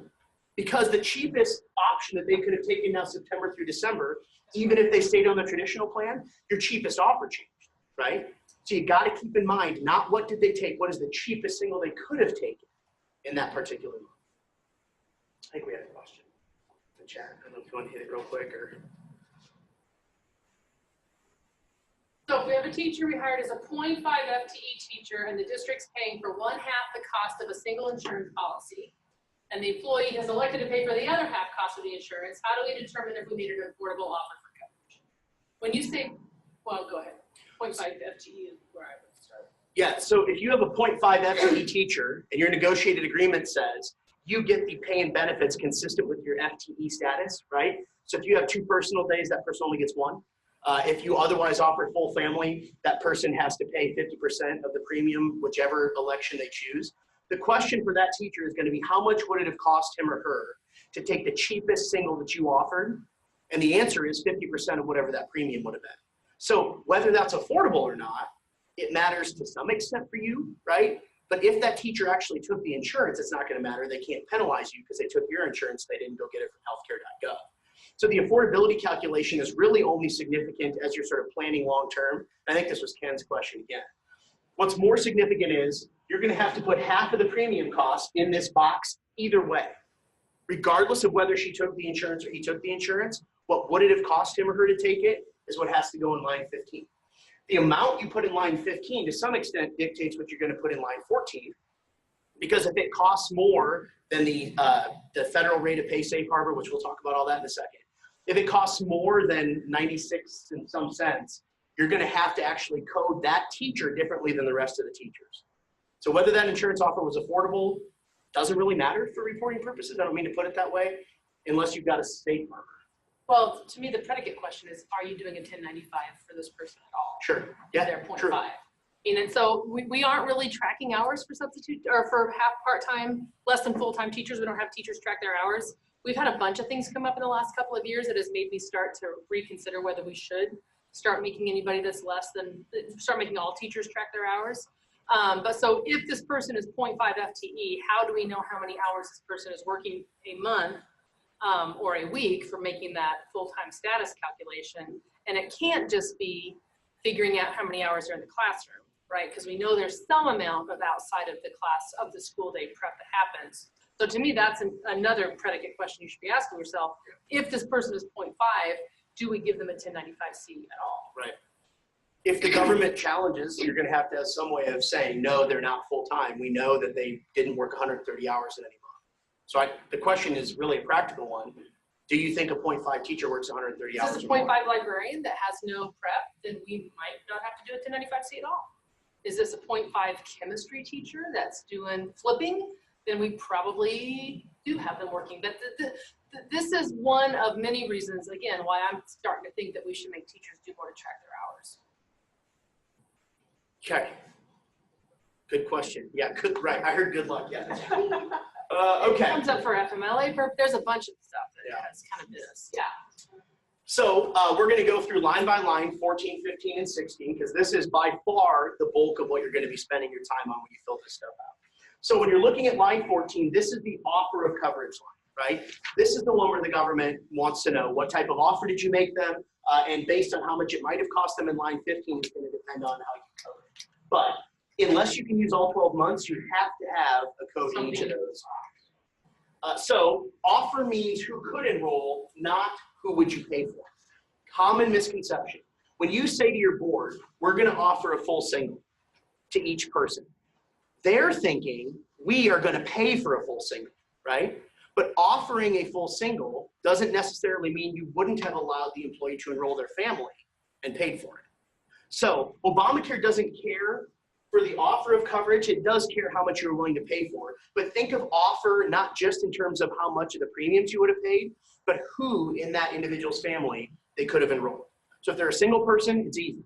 If they're married, or if they're married with dependents, the government is interested in who could have enrolled based on that offer of insurance. Very common question that I get. Bobby, we offer our paras half a single. This para said, I want to sign, my husband farms, and I want to buy full family insurance. I'll pay for it out of pocket. Your answer to that under Obamacare every time should be, yes, no problem, go for it. If you're saying no, you can't do anything other than enroll in the single insurance, let's look at changing that because it is possible then you have not actually made an offer of coverage to that person's spouse and dependents. Part of the making an affordable qualifying offer is offering to that person's spouse and dependents, even if they have to pay for it. Affordability is based on the single. The offer has to capture who all could enroll in addition to how much of the premiums they would have had to pay. And I've had this conversation a lot. What do you offer your classified staff? We offer half a single, but could they enroll their family? Oh God, why would they do that? It's going to cost them like more money to pay the premium than they're going to make in a whole month. No, I'm not asking you if it's a financially wise decision. I'm asking you if she shows up with her checkbook and says, I want to buy it, will you let her? And every time I ask it like that, the bookkeeper says, oh, well, yes. I suppose so. Why would anybody do it, right? So but that's what offer means. Would you let her buy it from you if she said, I want to insure my husband and kids? Yep. I know I'm coming out of pocket for the other half of the single and the balance of the family, right? I know that it's going to cost me $16,000, $17,000. I know that. More than I make, Right. That's why I keep saying you got to uncouple offer from pay for in your brain. And appropriately, a lot of business officials and administrators have said, we're not wanting to hound that person for a check every month for the rest of the premium that isn't covered by the wages. Totally get that. Obamacare could not care less about your inefficiencies that are created by your staff members who depend on you for virtually everything, including financial advice. But right? if you say, yes, we will let you buy insurance for your family, we need the entire check up front on January 1st. You have made an offer of insurance that they could purchase from you. So, I mean, you can make it so it's not fiscally feasible and still have it be an offer of insurance. And when we get into the offer codes, that'll make a little bit more sense here. But again, offering to the dependents and to their spouse could mean very well that they have to come out of pocket for that. The question is, could they have enrolled them? So district offers full family to Tomcat teacher. They only offer full single to Connie Cook. Tomcat has no family. Connie has a spouse and kids. The question in this case is, both Connie and Tom, could they enroll their spouse or kids if they had them? So even though what we said to Connie is full single, the question is, if Connie said, fine, now I want to enroll my spouse and kids, would you allow them to? Right, that's the key. Keep the offer separate from what the board would pay for. And okay, so that's that part of it. So on to the coding. This is everybody's favorite code. And I want to make sure we don't run out of time here before we get through all this stuff. The 1A qualifying offer. This is the one that if you can use it, you absolutely want to use it. It says that number one, your plan, so if you go through and if you actually look at the instructions for filling out 1095C, we've got some of this extraneous stuff in here that EHA takes care of for you, only because that's a little bit easier to match up with the instructions in there. It says you have to offer minimum essential coverage and minimum value to that person. Good news, don't have to worry about it. Yep, EHA plan, check, not worried about that. You must also have offered to their spouse and dependents, not been willing to pay for, must have offered. So if you've never had the question, what is your answer going to be? Could they have enrolled their spouse and dependents?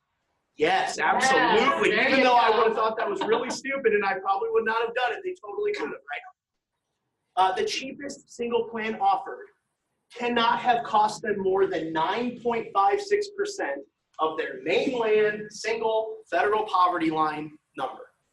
This is remember, this is the one where the IRS has said, if it's less than this amount, we don't care. The number for the 2018 reporting year is $96.71. That is the mainland federal poverty line number for 2018 times 9.56% divided by 12. So a teacher that you offer the full family has to pay how much every month for their premiums? Zero. That is less than $96.71. If you said to all of your staff, congratulations everybody, For 2018, you have to pay $96.70 every month. Guess what you have to put in line 15? Nothing, because you're putting 1A in line 14. If you are looking at your line 15 number, which is the amount they would have had to pay for the cheapest single, and it is less than this amount, you need to take it out and put 1A in line 14. The question is, in every one of those months, they had to pay something. So your teachers, it's easy. This is why all of them are a 1A offer if you offer full family time, right? The monthly amount, if it is less than $96.71 that person had to pay, you should be using the 1A code in line 14, either for all 12 months if that's true, or for any month in which it is true. So for our district, the cheapest option we offer to our parents is you have to pay $55 of your premium. Love it. If you have to pay $55 of your premium, guess what you've given them? A qualifying offer. 1A offer, yep. So as we'll see when we get into the line 15, if you use 1A in line 14, you don't have to put anything in line 15. Even though it's objectively true they have to pay $55. If the government says we're not going to mess with anybody, we don't want to pay our little minions in the back office figuring out penalties. We don't want to bother them with people that require less than this amount because frankly, you're going to need a safe harbor anyway, right? So what they've said is if in any of those months, what they had to pay is less than $96.71, you should put 1A and you don't have to fill anything in line 15 for those months. So if you can use 1A, use it. Awesome. This is the 1A that goes for most of anybody that gets at least a full single offer will be 1A. 1B is probably not going to be used very much. This is if you offer minimum essential coverage and minimum value to only the employee. If somebody has come to you and said, I would like to enroll my family, and you have said no, the technically correct reporting answer is that would be a 1B and not a 1A offer.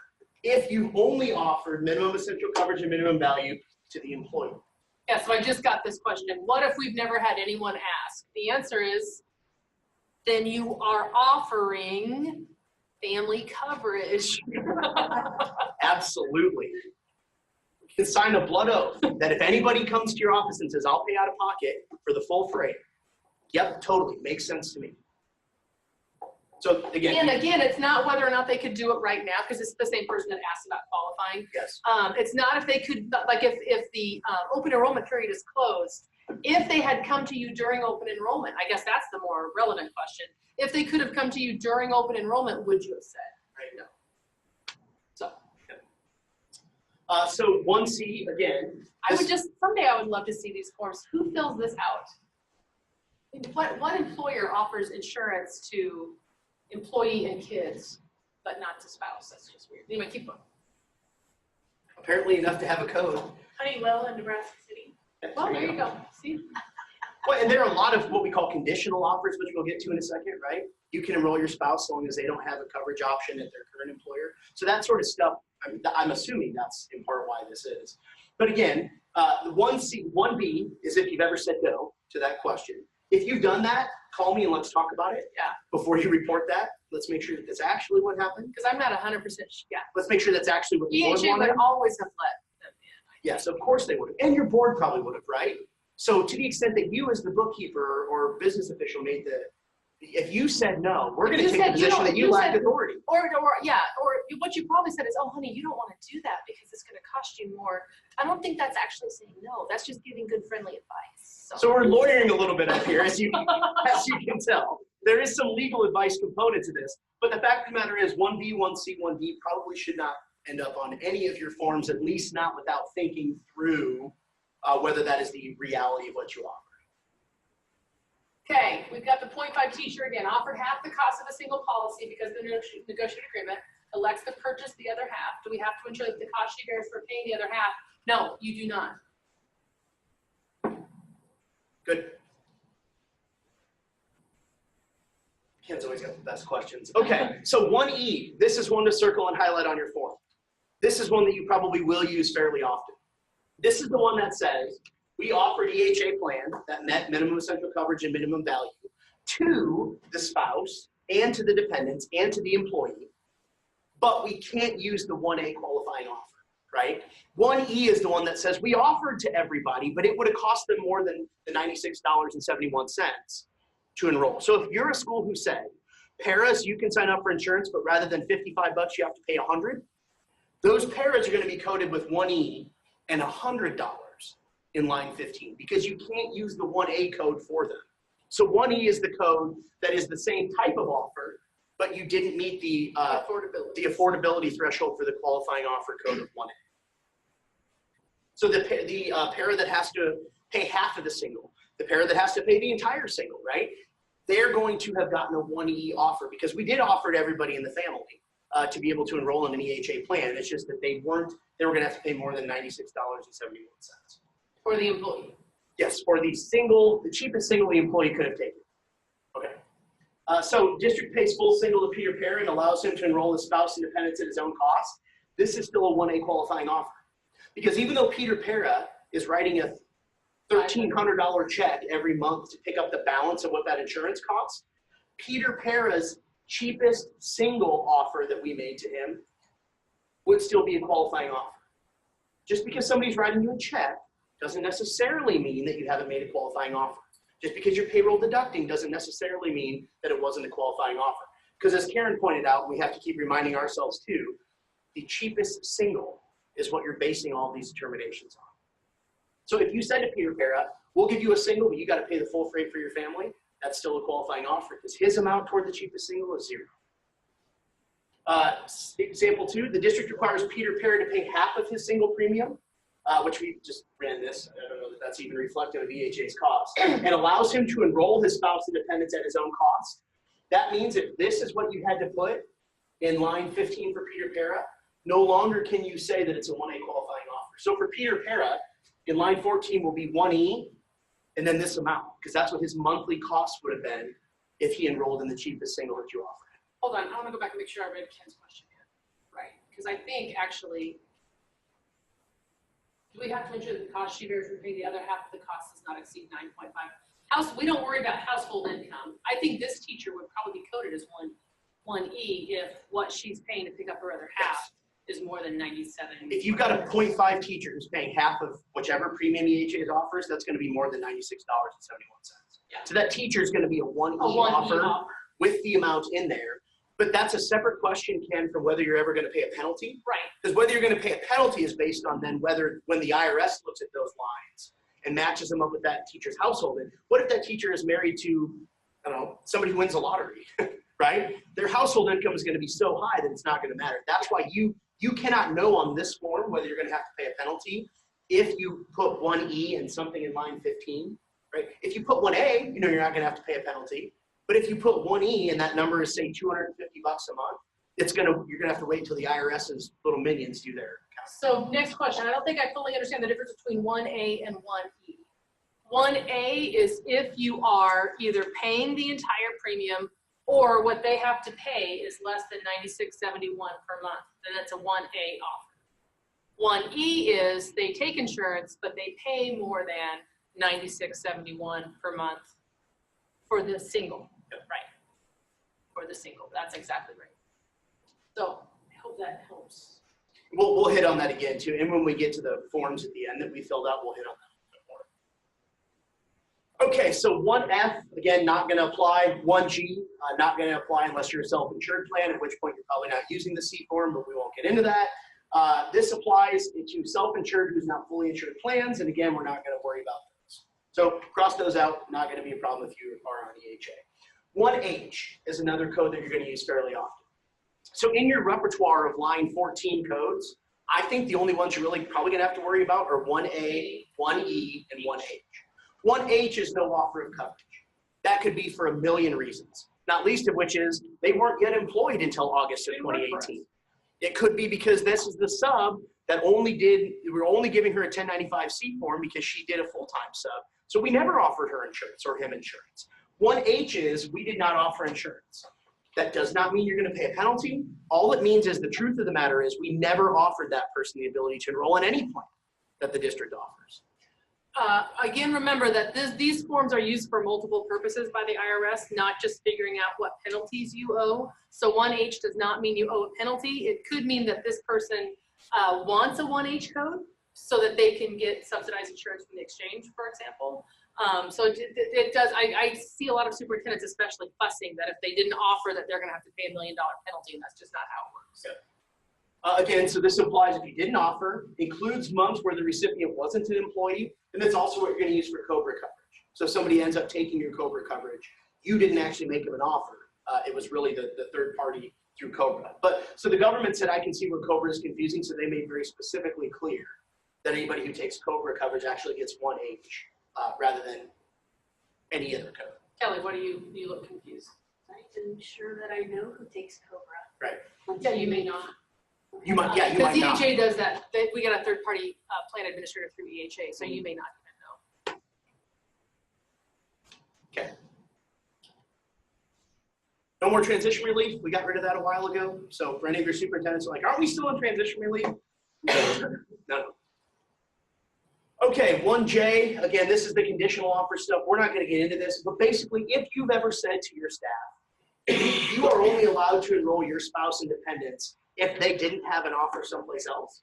That is what it would be called a conditional offer, which is different than not offering them. It's saying, yeah, you can take our insurance, but there's this thing you have to prove before we would give it to you. So if you've ever said to anybody, you may have a conditional offer, but again, I would want to make sure that the answer wasn't, oh, sure, but if you want to pay out of pocket, we'll allow you to, right? So there are some schools who have said, or some employers who have said, we will in fact pay for your full family, as long as you can demonstrate that they got no offer of insurance at the spouse's employer.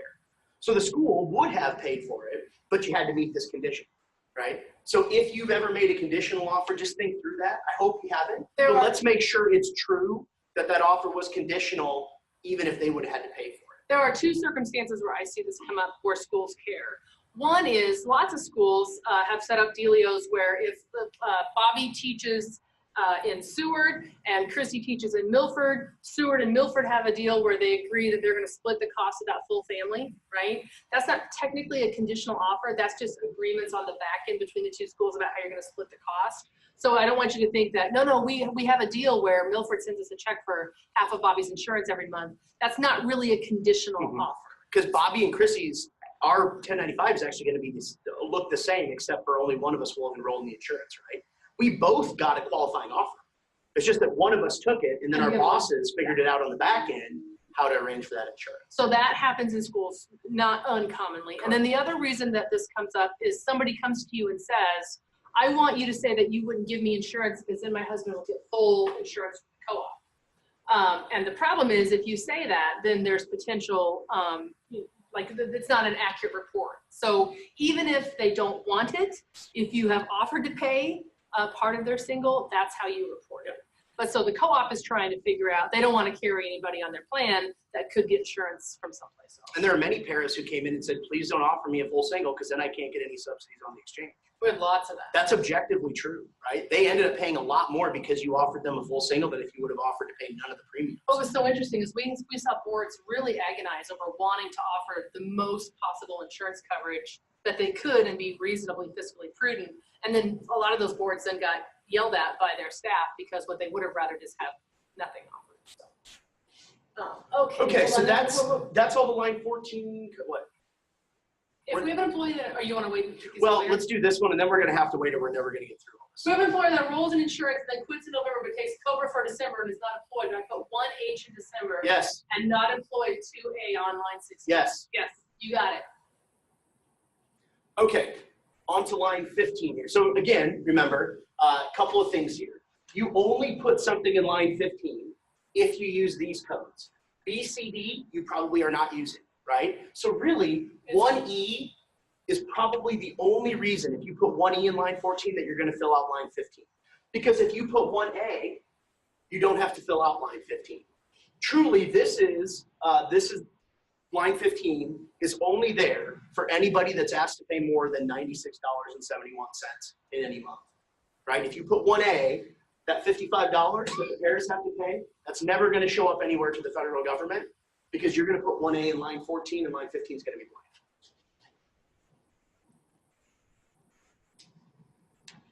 blank. Yeah, so I don't know why we have this in here. This doesn't really apply for schools, but the government makes clear that if you use one of these weird codes, this is the conditional offer thing. If you've made a conditional offer, give one of us a call. If it's the same in all 12 months, put it over here in the all 12 month box.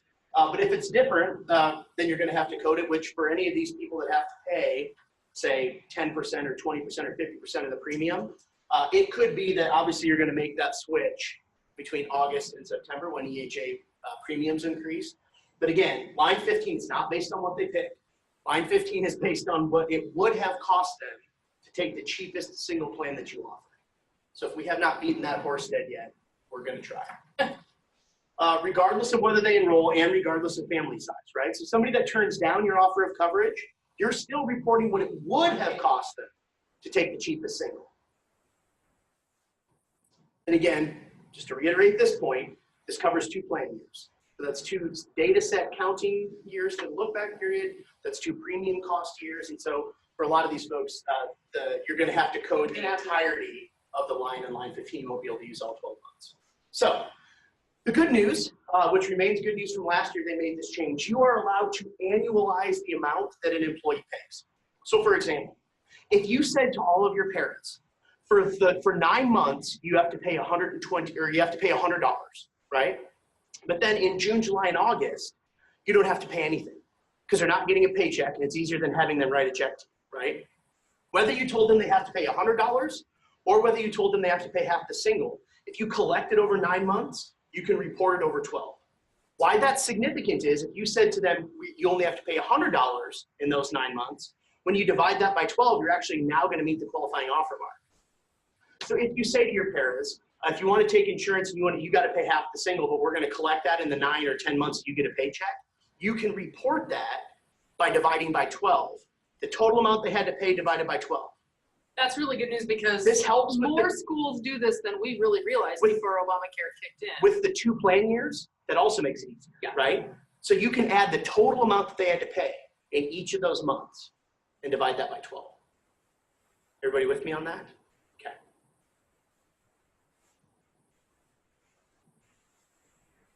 And again, if you do that and they dip below 96.71, change the whole thing. We're going back to 1A.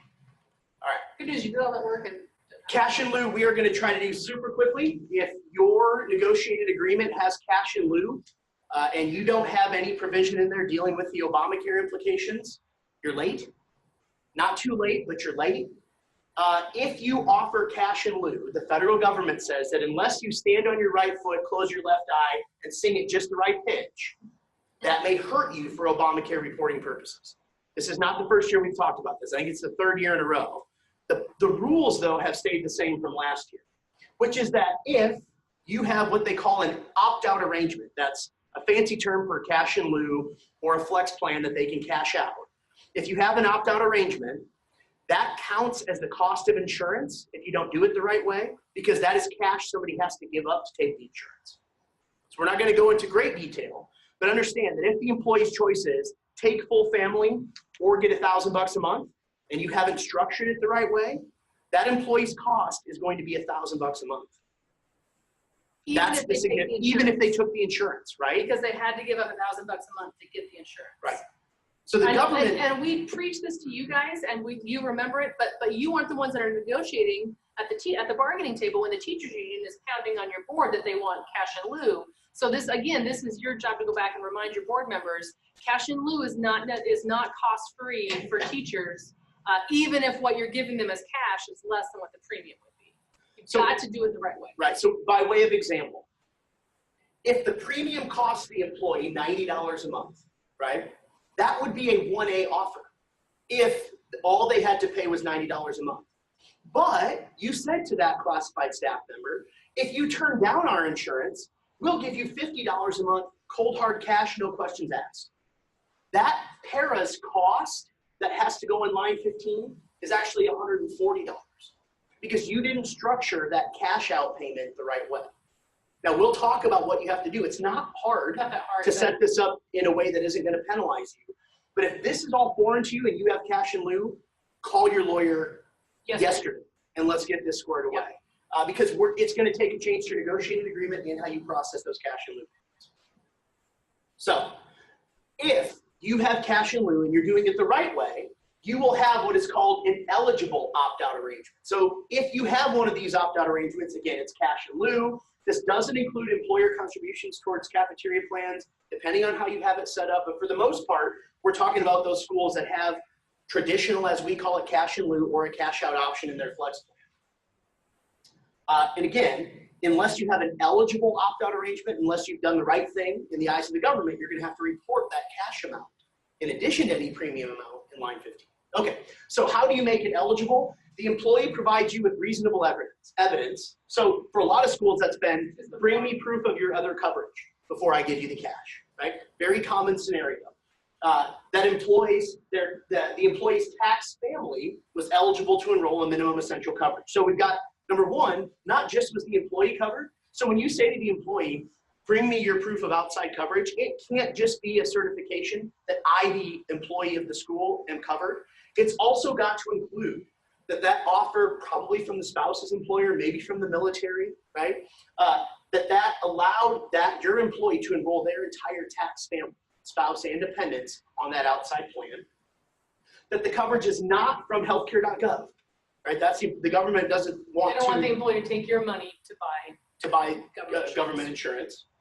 And here's the key: reasonable evidence. This stuff that they have to provide you can be included in a form that they sign, which says, "I've done this the right way." And they don't have, and they can. You don't have to understand what tax family means. They just have to sign on the freaking line. You right? cannot know they're lying. That's the important part. She's right unless you know that they're lying or you know that they're wrong, which is why it hurts you to know your staff as well as you do. You know for sure that Jane Doe or John Doe parent doesn't have a clue what tax family means. They're going to sign that thing because they want their cash. If you know that the co-op where their spouse is employed only offers a single, and they sign this form, you're not supposed to give them their cash because they can't actually attest to those things in it, right? So yes, they can just sign it, but if you know that they're signing something that isn't true, it's a bit of an ethical dilemma that you're going to have to think through. What the government would tell you is you should not give them the cash, otherwise it's going to count against you. We don't see cash in lieu options really going to classified staff Right. very much. We see cash in lieu options going to teachers. But part of this is, now that the individual market, now That's that true. the individual mandate is going away, it could be that outside coverage availability is. We should be more careful. The individual mandate still exists. Yes, The tax penalty, as part of the individual mandate, is what's gone away. yes. That's true. Yes. Move to strike, what I said. Here's the long and short of it. If you offer cash in lieu, have an attestation form. Yep. If you offer cash in lieu, have an attestation form. That way, if the government comes in and your negotiated agreement doesn't have the right wording in it, at least we've got something we can point to. Yes. Before you pay another dollar in cash, if you do that monthly or if you do that on the aggregate, make sure that each employee that gets the cash signs this form. That's the long and short of cash. That's right. So We can talk through practically what that means for your cash offer, but if they can't sign that form, you shouldn't give them the money. Or you're going to have to report it on line 15. Okay. Again, you have to get this. Ideally, you would get this probably around open enrollment time. So get this attestation signed in August, because it has to be done, the regulations say, which is, again, your federal government at work, within a few months prior to the start of the plan. Okay. Again, you should include this in your negotiated agreements, your cafeteria plans. If you're required to report it, it's more than $96.71 a month. You might lose your 1A offer. Line 15 is not required, remember, if you use 1A or 1H. Only probably if you're using line E or 1E. Okay, line 16. This one's pretty easy. We're hopefully going to get it done in just a couple of minutes, unless you've got something. I've got questions, so no, I'm just. Okay. Those of you that are texting and chatting, I see you. We'll get you. Yeah. Generally, this is where you have to justify not paying your tax penalty. This is where you'll indicate if somebody enrolled in the insurance, if there's a safe harbor that you can use. And in a lot of cases, here's the important thing. Don't freak out if you're like, well, nothing goes in line 16. For those who have done the reporting before, you will remember that a teacher that gets your 1A qualifying offer that doesn't take the insurance is blank in line 16. It is not bad that there isn't a code in line 16, right? It probably just means, especially if you use code 1A, that they didn't take the insurance. That's really all that it signals to the government. And again, you must use only one code per month unless you can use all 12. There's a hierarchy when more than one code applies. So for example, somebody who is less than full-time, but also took your insurance, the government's more interested that they took your insurance and they weren't full-time, even though both codes could apply. So no more transition relief. 2A, they weren't employed. So somebody that you hired in February, in January, they're going to be 1H, line 15 blank, and 2A, because they were not employed by the school in January. They didn't work any hours. 2B is they were not full-time during the month, and they did not enroll in the insurance even if they were offered, even if we offered and they were eligible to do so. Most important part of 2B is signaling that substitute teacher who, other than that 1 month a year for the maternity leave, that person was probably a 2B employee if they subbed a couple of days a week. That means, yeah, we employed them. Yeah, they worked some hours, but they weren't full-time. 2C is the employee enrolled in coverage each day of that month. This is the one that you're going to use most often for anybody that takes your coverage. And again, for COBRA, they don't want you to put 2C if you know the employee's on COBRA. I'm not sure how you would, but if you happen to know that, they want you to code COBRA as though the employee doesn't work for you. It does not matter what you put in line 15 for how much they had to pay if you put 2C in line 16. If they took your insurance, they cannot subject you to a penalty. Right, so Ken, that's really the answer to your question. That was exactly what I was just going to say. If somebody takes your insurance, even if they had to pay the full month, right? If they take your insurance, put 2C in line 16. And go whistling all the way to the bank. Don't, and you can stop worrying about it. Okay. 2D, we're going to use this one in a few limited circumstances, primarily during the enrollment wait period. 2D is often used, for example, during August. If you're somebody who waits until September 1 to have new teachers take insurance versus the first day of employment. I understand EHA allows you to do either. I think most schools have that person start September 1. So in August, it's true that that teacher worked for you, probably was full-time if you get count 230 hours. But the reason that that person didn't get insurance is because they were simply in the EHA enrollment wait period. Everybody with me? Okay. Again, using for things like new hires, use in August for new employees ahead of 2B. So if you've got a para that doesn't start until the 20th of August, you're still going to use 2B, even though you could have used 2B to say to the government that that person wasn't actually full-time. The government wants this signals to them that you made the person an offer, they're just in that enrollment wait period. So that can be up to 90 days. EHA is typically only 30 or 31 at most, but that's what that one does. 2E, you're not going to have to worry about that. Then we've got the safe harbors. And I'm not going to go through these. I don't think we need to go through these in great detail. If you are reporting in line 15, that means that that person for that month has to pay more than $96.71 toward the cost of the cheapest single that they could have taken. It is possible that you can say to the government, even though that person had to pay $118 this month, that may meet one of the safe harbors, which will then stop the government from looking at whether that person could subject you to penalty. There are 3 of them. Unless you have 1E in line 14, a dollar amount in line 15, this is not going to matter, right? You're only going to have to worry about these to the extent that you have put 1E in line 14, some dollar amount in line 15, and you can say that when you compare the amount they had to pay to their W-2, when you look at the federal poverty line safe harbor and take 9.56% of it, Look here, that's functionally useless because of the 1A code. Right. That's where people get confused. this is the big one. And we're not going to go into specific details. If you have questions, call one of us, call your school's lawyer. The rate of pay safe harbor is usually the best bang for your buck. That is 130, because that's the full-time hours, times their hourly rate. If you don't ask them to pay more than 9.56% of that math, you can put that safe harbor in. So again, there's a number. You'll know that it's not worth looking at the safe harbors, depending on what the bottom line dollar is for your line 15 coding for that employee. It could be that it's worthless to run this math, because if they have to pay $250, right, that's probably going to be way outside of the application of a safe harbor. And in that case, if they didn't take the insurance, it's probably just blank, right? 2I, nothing. If no code applies, leave it blank. Again, some months may have a code and some months may not. That's entirely common. If you have a teacher who starts in August, gets insurance in September, but doesn't take it, September through December in line 16 are going to be blank, but you're going to have something from January through August, right? So that's totally common if line 16 looks all sorts of funky. A teacher or other full-time employee who doesn't take insurance is 1A blank blank. So if you have a whole bunch of those for anybody that doesn't take your plan but you gave a qualifying offer, totally common. You do not have to fill out part 3. You've never, really you haven't. This is only here if you're a self-insured employer basically, but you don't have to fill that out. This is what Blue Cross reports to them. Okay, so we We've done it. have lots of questions. If you're here and you need to stand up and mill about, feel free.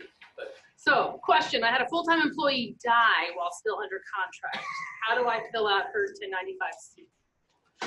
the month the employee died, you probably had paid for insurance, right? So I would code that month if the employee was on insurance. Let's assume it's a teacher. Every month up to that month is probably 1A if you gave them a full family offer, and 2C if they enrolled, right? After that point, it's probably going to be 1H, because even if their family took COBRA, right, we still code it as 1H, blank in line 15, and probably 2A in line 16, because that person does not work for you because they're deceased.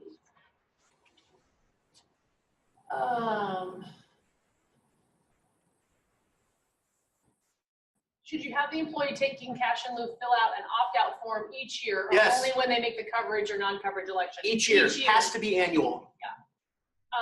Does Blue Cross Blue Shield enrollment form declines coverage? No, No, you need an attestation Nope. form, yeah. because the Blue Cross form doesn't, unless they've changed it, it doesn't say, and I could enroll my entire tax It doesn't family on say that the other tax plan. family, yeah. Does cash in lieu for early retirement that's placed in a 403B to pay for insurance premiums, would you report it since the employee is still employed when the money is deposited? So this is they're not a common law employee anymore once they've resigned from your employment. Well, now, but so, I believe Blue Cross Blue Shield is reporting for that person. does the cash in lieu for early retirement that's placed in a 403B, That is, since the employee is still employed when the money is deposited, that's the part that I'm high centering on. So you're funding the 403B like in May when they announce their early retirement? presumably, I don't think that's gonna make any difference. I don't think it is either. Because that employee, that is not an opt-out arrangement. Right. They're not opting out, they're Right. taking the They're insurance. taking more. So they probably took your insurance and are now are taking a bunch more for you to Yeah. get their resignation. Yeah. So I don't think that's actually an opt-out arrangement. We need to take a Let's take necessary 5. break. 5-minute break, we'll be back in 5 minutes. 11:12.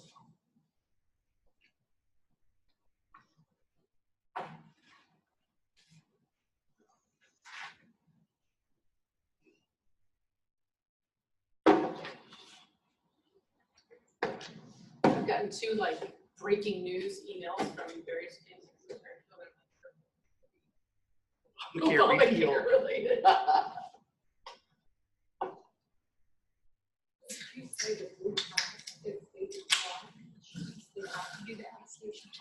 If they decline the insurance to take, like, Blue Cross Blue Shield has the form, right? You also need to make them do that attestation for you if you have cash. Oh, if they don't have cash. You don't have cash in lieu, You you don't. don't have to worry. Right, okay.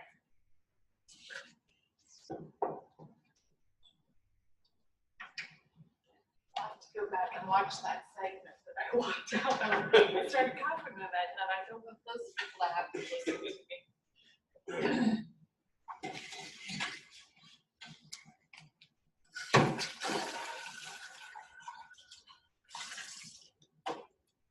Still rolling here. It's still alive.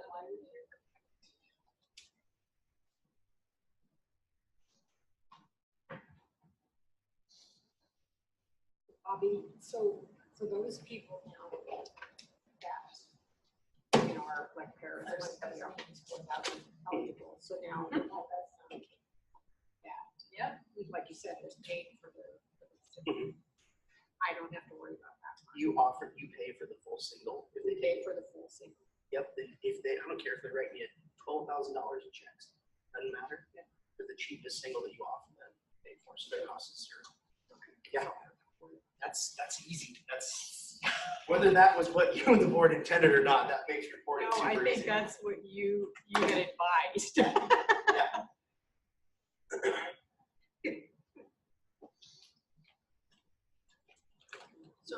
pay a fee, so they have $100 a month. That's divided. So let's say that you say to them, We pay the employee, yes, but they pay a fee for that. do you do payroll deduct for their premium costs? Is that what you're saying? Right. So that if they're less than that, 96 $671 over a 12-month period. Yes. So they get 120 each month, well, for the 10 months. So we can do that math. What is that? 14. What is it divided by 12? The So 12 they pay $120. Right, for 10 months. Right. You all can probably do this in your head. So it's 12. But they pay that over 9 months? How many months do you Oh, let me, see what I'm saying? yeah, let me. So if they do I got 100, myself all confused now. if they do 120 over 9 months, that's going to be $1,080. But you get to divide that over 12, Over 12. which puts you below the 96. I mean, So now those are all 1A offers. So it's the total amount over. The total months amount- That I deducted divided by 12. Let's put it another So I way. need to It's the total amount you deduct for all the calendar months of Oh, we 20. don't. So if that's 9 months at 120 per, that's fine. If that's 12 months at 120 per, that's fine. But really, you get to divide whatever amount you collect by 12. So if I do it for 10 months, I'm over. Yeah. Well, yes, because you're going to be at $100, right? Yeah. So what amount, so what I put in, the 120 and all of that in that. I would, so it's not going to matter. You could either put $100 in all 12 months, or you could put 120 in the 9 months and 0 in the others. Oh, okay, so So- go over 20, over 12 months or just, okay. I would probably do 120 in the 9 months. What I actually do. What you actually do, because then at least in those 3 months, then even if they subject you to penalty, you wouldn't pay for those months. Okay. But they probably wouldn't. They may be eligible for a safe harbor, right? If you pay that para 13 or 14,000, take 9.56 times that, that's over $100. You probably meet the W-2 or at least the rate of pay safe harbor too. Okay. That's worth looking into if you're that low in line 15. I have a quick question. We have dual enrollment for our city. By the way, I'm supposed to tell you how come you're not responding to Jeff. Oh, he's in the hospital. In North Dakota. Yeah, I know, The shelf in my head. It's like elf on a shelf. We're going to get rolling again for those of you out there, just so we make sure So everybody. we're answering questions, so we're gonna take a Yep. question right now. So Okay, so we have dual enrollment, so we contribute to employees' HSA for the premium difference. Does that have to be reported anywhere on any of this? The question is not what happened. The question is how much would the employee have to pay toward the cost of the cheapest single that you offered them. So I would take the position, if you take the high deductible plan, because Blue Cross is telling everybody that you have to put the difference into an HSA. That's just you don't have. patently false, but Blue Cross is doing that because they want your money. And I don't care if somebody from Blue Cross is listening, you should stop lying to these people. If they're telling you that you have to put that into the HSA, you don't. So the question is going to be, if that's part of your negotiated agreement, I think, there is the argument that we can count that toward contribution of the cost. But if you're already paying the full single plus dumping some into the HSA, that's a 1A offer. So it's not going to matter. Correct. I wanted to more hit on the point of you have to put the difference into the HSA. That's not legally required. It's no longer a dual option then. What's the district savings if you have to pay the same amount? It's stupid. Okay. Well. Okay, we offer 403B annuity if the employee doesn't take the insurance. It's for both teachers and classified staff. How is that reported? It doesn't matter where the money goes. Do you have the employees sign the attestation Right. form before you dump that money into the 403B? If they sign the attestation form, then that money doesn't count against you, so to Correct. speak.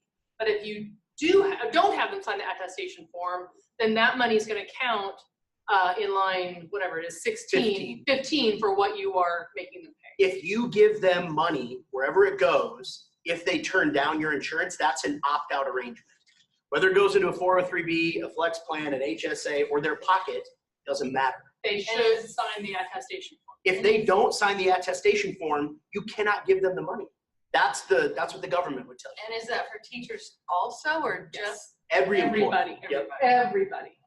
We talk a lot about teachers versus classified paras versus bus drivers. The feds just see employees. So they don't care who it is that gets the cash. They don't care that there's a negotiated agreement, is basically what I'm saying. Okay, so somebody else asked us. Hold on, I want to add one thing. If your teachers say, I'm not signing that, that's not in the agreement, call us, because then I will call the union lawyer and complain. They know these rules. They know.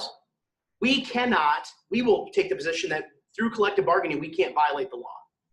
Their union lawyers know that we can functionally force that requirement on them anyway, because that is a condition of taking our benefit. So it doesn't actually help them that it's not in the agreement. You tell those teachers, either you sign this or we'll have to get our lawyers involved, and if that works, great. But if not, we will. And truth be told, the union just shouldn't force everybody to take the insurance anyway. Exactly. So they'd be perfectly happy to kill your Yep. cash option. Because they get a cut of the EHA. So So if they do the attestation form, do we still need to get proof of their other coverage? That is your proof of their other coverage. you can do both and. If you think they're lying, Correct. but That's other exactly than that, you don't have to. Chat, we have a 0.75 FTE para, work less than 130 hours per month, but they do enroll in insurance and pay more than the allowable amount. Do we need to even report them because they're not full-time? Nope. Good news, yep. Allowed to enroll in insurance but pay 25% of the cheapest single. That's very generous, but you don't get any credit for that from the feds because you don't. The reason that the first hour was everybody wanting a lobotomy is that counting is the first step. You will have a list of those folks to whom you owe the 1095C first and foremost, right? This person's not on that list. So if you don't have this form now, can I get it from them in the middle of the year? If you don't have the attestation form now, Better now than not. better now than never, and I would post-date it. I would have them swear to you that this was also true in August. Yeah. If they can't do that, and you're dribbling the cash or opt-out arrangement out over the course of the year, your choices are to stop and potentially violate your negotiated agreement, or keep paying it and report it differently on the 1095C for this year. Then change it for next year. Yeah, because I don't think you can recapture the payments. That's what I was just sitting here thinking, because, The NSA is going to say, we don't care that you botched this. Appropriately so. well, this is both paras and Oh, teachers. right. So paras, you might be able to claw that back. That's what I was sitting here thinking. If you want to be mischievous, call Karen. If you want to not upset your staff, call If Bob. they won't sign it, give one of us a call. Yeah.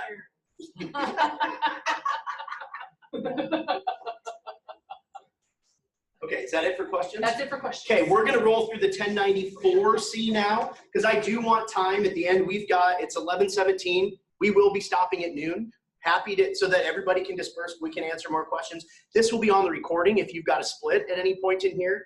I want to get through the 1095C form fairly quickly because we've got a set of 5 or 6 forms that we've pre-filled out, and then we'll take your questions if you have them afterwards. But we will promise that there will be a hard cap on our new information coming to you at noon. So with that, we've talked a lot about the 1094C form, right? This is your cover letter. The IRS deems this your cover letter, under which will be your batch of 1095Cs that you submit for all of your employees. So again, the IRS calls this the transmittal document. The reason, and Karen's exactly right, the reason that the IRS looks at this first is because as we get to the third section of it, you'll see that you're telling them how many employees do we have total and how many full-time employees do we have. So to some extent, if you're an employer who hasn't dedicated the time to figure out if you're actually covered by Obamacare, it could be that you filled this out and you didn't have to. So there are aspects of this form that tell the IRS globally what and who you are as an employer. So that's why they look at this before they dig into your 1095Cs. For your purpose, if you're on this webinar, if you know that you're going to be over 50, it's not really going to matter. So you don't have to spend as much time thinking about this form, but we'll cover it in detail. And again, transition relief is long gone. There's no box for that anymore. So we're firing live bullets. Similar to the 1095C forms, this stuff, the applicable large employer information has to match up or they're going to reject your filing. Why the two forms don't look the same, I don't know, but just make sure the same blanks are, because it's the feds. Okay, and again, they give you obviously a name of person to contact if you mess this up. If you want to put your own name in there, that's fine. If you want to put your superintendent's name in there, you can tell he or she, that's why you make the big bucks, homie. Not my problem after I get these done. Either way is fine. But you know who they're calling if they get that call. Yeah. So For sure. So line 18 is really, so this is all demographic. I don't think the first part of part 1 of the 1094C is that tricky. Lines 18 and 19 are still part of this part 1. The first one says the total number of 1095Cs submitted. This is probably going to match up with line 20 in part 2, where it also asks again, how many have you submitted in all of your batches for the employer? So when we get to that part, I'll point out the same thing. But really, the IRS knows that in addition to people like schools, they've also got McDonald's that is reporting. So the McDonald's Corporation, depending on how their franchises are set up, may submit multiple batches of 1095s.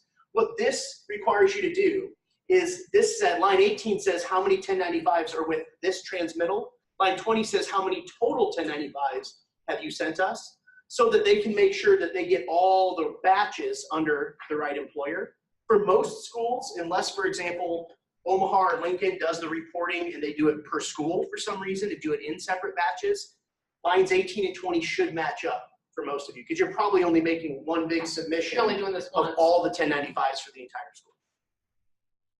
And again, line 20 is yes, if you're submitting just one batch. If Line you're a 19. larger school, on line 19, right? So you're gonna check this box on line 19.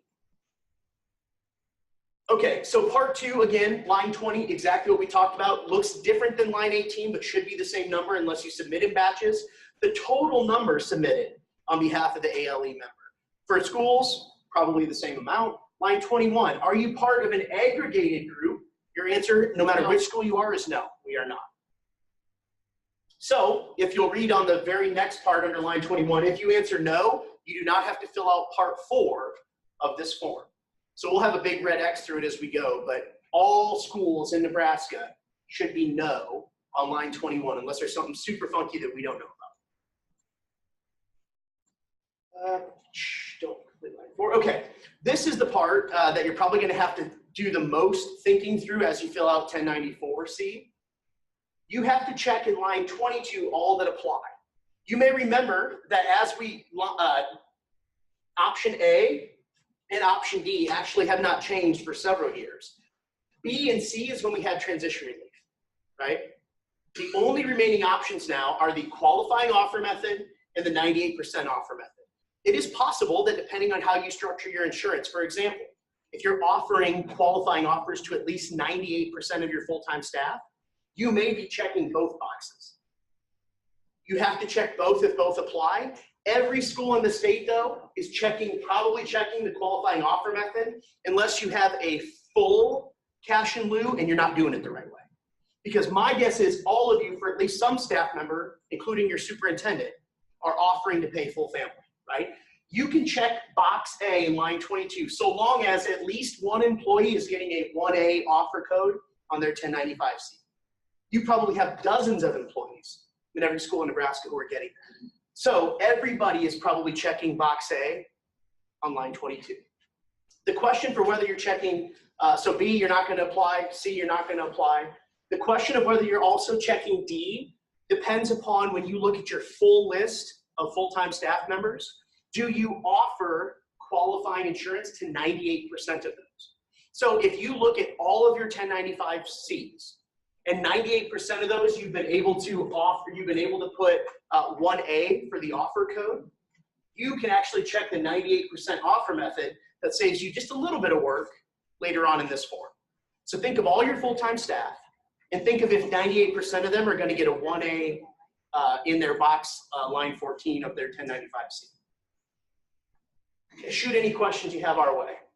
And again, has to be in all 12 months. Right? So you can't just luck out during the summer and know that you met the qualifications. It has to be during all 12 months. And this doesn't really matter. If you're using the funky new hire rules in a different way, give your school lawyer a call and talk through this part of it. But again, if this is checked, if you are able to check the 98% offer method, you don't have to fill out column B in part 3. And we'll get to that in a second.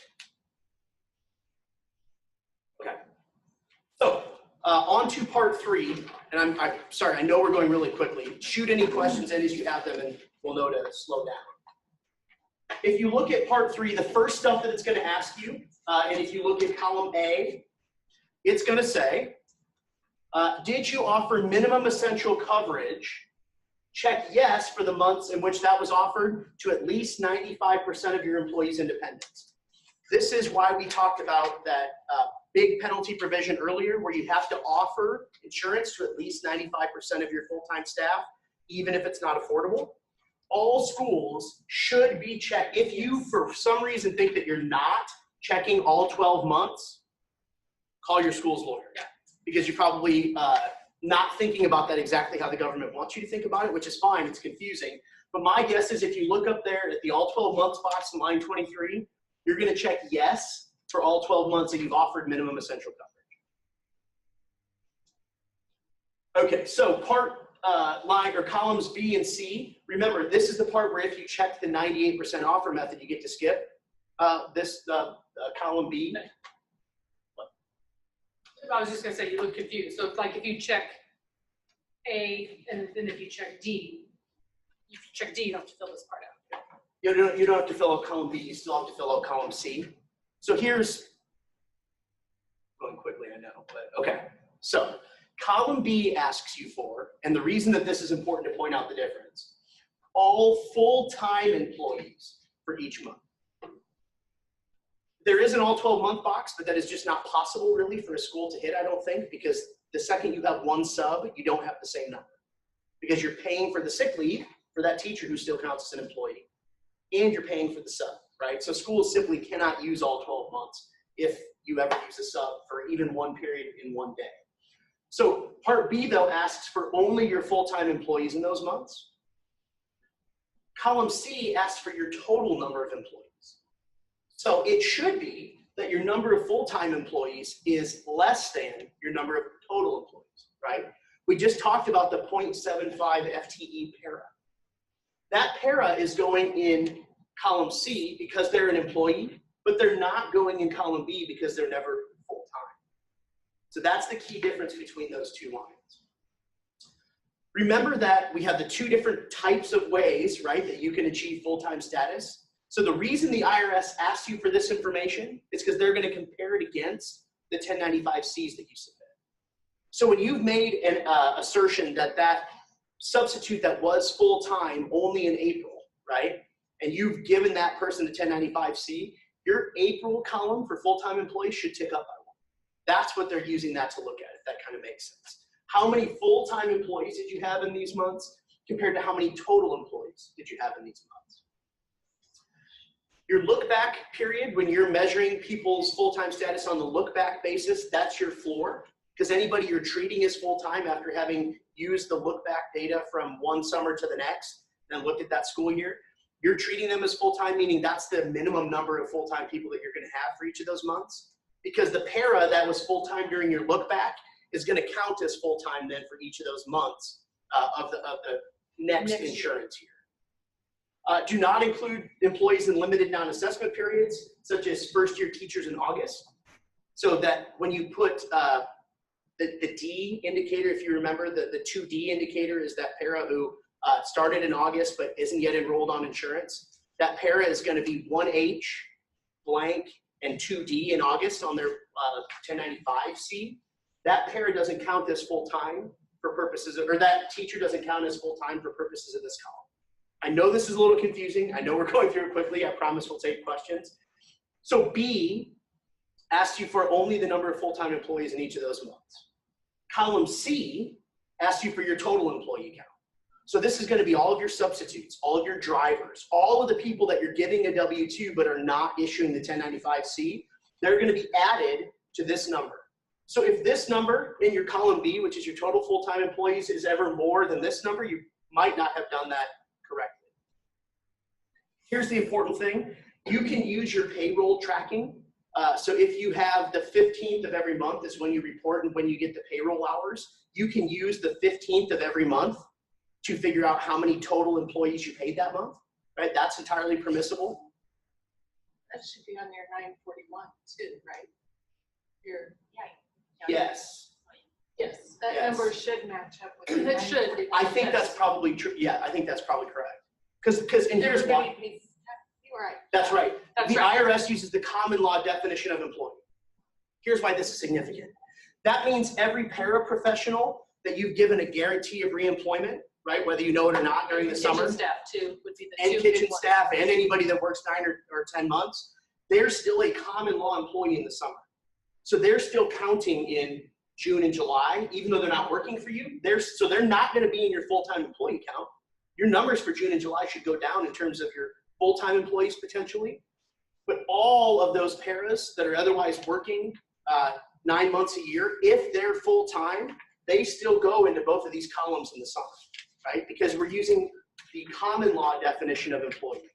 So if you treat that para as full-time, If they can't get unemployment from you, they go in column C. Yep. they're an employee, and they would also be considered full-time if you treat them as full-time during that summer. So if you have full single insurance available for your full-time paras, that para is still getting the insurance in the summer, right? We're still treating that person for Obamacare purposes as a full-time employee. So even though that para isn't stepping foot in the building, he or she is still going to be a tick in each of these columns as a common law employee for column C and as a full-time employee for column B. Okay, so it won't necessarily match up with. That's what I was wondering, Okay, yes. right. And if you're keeping track, this is the third different way we've counted employees today. So if you're Yep. saying, wait, that doesn't match up with anything else we've talked about, yes, now you For got it. You don't understand Obamacare unless you're sufficiently confused right now, right? That's, Because they're counting heads for different purposes for each one of these different things, Correct. right? Your ALE counting is different than full-time equivalency counting for qualification, which is different than this count. Super annoying, but how do I put this in a way that if the government ever sees this, they won't get mad? This is important, right? This is not unimportant. You should do this accurately, but even they concede that they're using the definition of common law employee, which changes from state to state. If this isn't perfect, if you wouldn't be willing to sign on your life because you don't fully understand it, they kind of know, right? They're much more interested in those 1095Cs that you submit. This helps them make sure you haven't completely botched this thing. But I don't think anybody on this webinar, or really any school that's reporting in Nebraska will, if you've given even a little bit of thought to how this actually works for the 1095C purposes. So do the best you can, get this right, of course, but if you don't feel as confident in it as you do your 1095Cs, this gives us much less heartburn. I really think the government kind of gets that. And keep in mind, if you can use the 98% offer method in line 22, you don't have to fill out column B, which is the full-time count. So a lot of you in this room, I think, just looking up at their faces, because you've offered it. Right. Yeah. So just, I want to do a quick refresh on that. You can check the 98% offer if you offered affordable coverage with minimum essential coverage and minimum value for 98% of all of your full-time staff members. So it can't just be an offer. That's the difference. That's where they get you. So if you offer a full single to anybody, at least a full single to anybody who's full-time. You do. HTRS. We offer it, but they pay it. So it's not affordable. Okay. If So you the- offer it to everybody, then. If you are willing, if it would have cost them less than $96.71 to take the cheapest single that you offer for all of your staff members that are full-time, you have probably met the 98% offer. Full-time during 1 month? Full-time any month that they are In which full-time. they are full-time. Correct. Okay. So if your offer didn't change from year to year, it should be an all 12-month determination. So really, it's important. It saves you some of the heartache because you don't have to fill out column B. But if you can't check 98% offer method, you just have to fill out column B. And chances are, I know Software Unlimited has it. It will kick out a number that I think you can look at and say, man, that looks about right to me. You know, I'm not telling you not to get it right, but the rules are confusing. So, okay. Did you have a question? No, somebody was way out. I can have it in my hand. So last part of this, well, two last parts. Oh, I'm sorry. I don't want to, Well, it's only as good as what you put in, so if at any one point, like I found out one time I was getting my contracted hours in wrong for a handful of people. And that if the data you put in is correct, your reports are correct. You can't use so, to a larger point, I do not believe we sent you what the software company kicked out is sufficient. I will tell you that there are some rumblings for people that talk about this and do this for like private employers that have said you cannot count. In fact, if you look, there's probably a disclaimer somewhere in Software Unlimited and Harris APTA Fund that says, this is your obligation, we're trying to help you with it. I can't blame them for saying we're not willing to take on the burden of making sure it's right. So double check them, but I think it's a useful tool to help with. But I mean, to that point, I get that question. What if I just send them the forms that the software company put in? And I said, I do not believe that is sufficient for you to sign under penalty of perjury at the bottom of the form. So no school that I'm aware of is part of a group employer, so I don't think anybody in column D has to check that box. Column E was transition relief, we don't use it. And if you're not part of a group employer, you do not have to fill out part 4 of this form. And that is the 1094.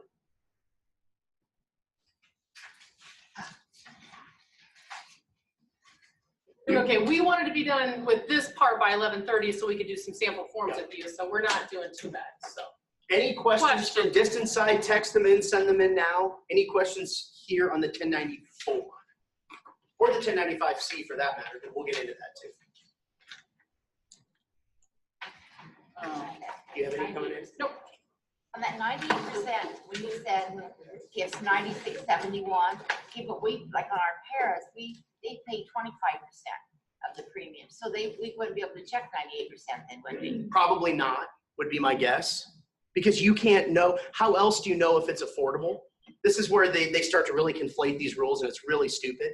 What they should have done is say, you can't check the 98% unless you put 1A in 98% of your 1095Cs, but they don't say that. They actually use the affordable wording, which you can't possibly know. So the question is, so in other words, if you don't know that they're all affordable, then you shouldn't check the box. That's I think the short And answer. there's the only downside is that then you have to fill out that column B. in part. But there's no, like if you check just A and not D, there's no like increased likelihood that you'll get a penalty or anything like that.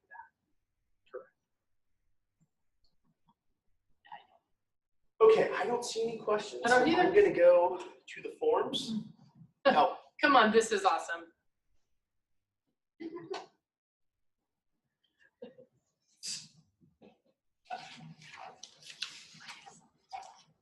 okay, so we're gonna run through these in batch. Hopefully everybody can still see these and hopefully you all can here in the audience. But what we did, like we've done in the last several years, is we filled out one 1094C. Change what screen. Oh, you're right, I need to share the desktop. Yeah.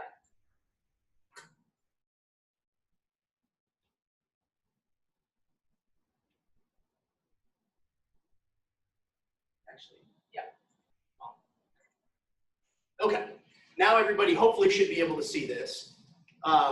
So this is the 1094C form. We've put in one of these lines for the 1094 and 1095 samples, we put what we're doing. And this is super frustrating to me. I don't know if it will be in anybody else's OCD, but like the forms the government put out, the fillable PDFs, the lines don't match up. Like half your text gets cut off in the name column on the 1095 seats. So sometimes they're in different places, but look up in this first part for what the sample form is, if that makes sense. And then that dictates how we filled it out. So this is a 1094C for pretty much any school in Nebraska.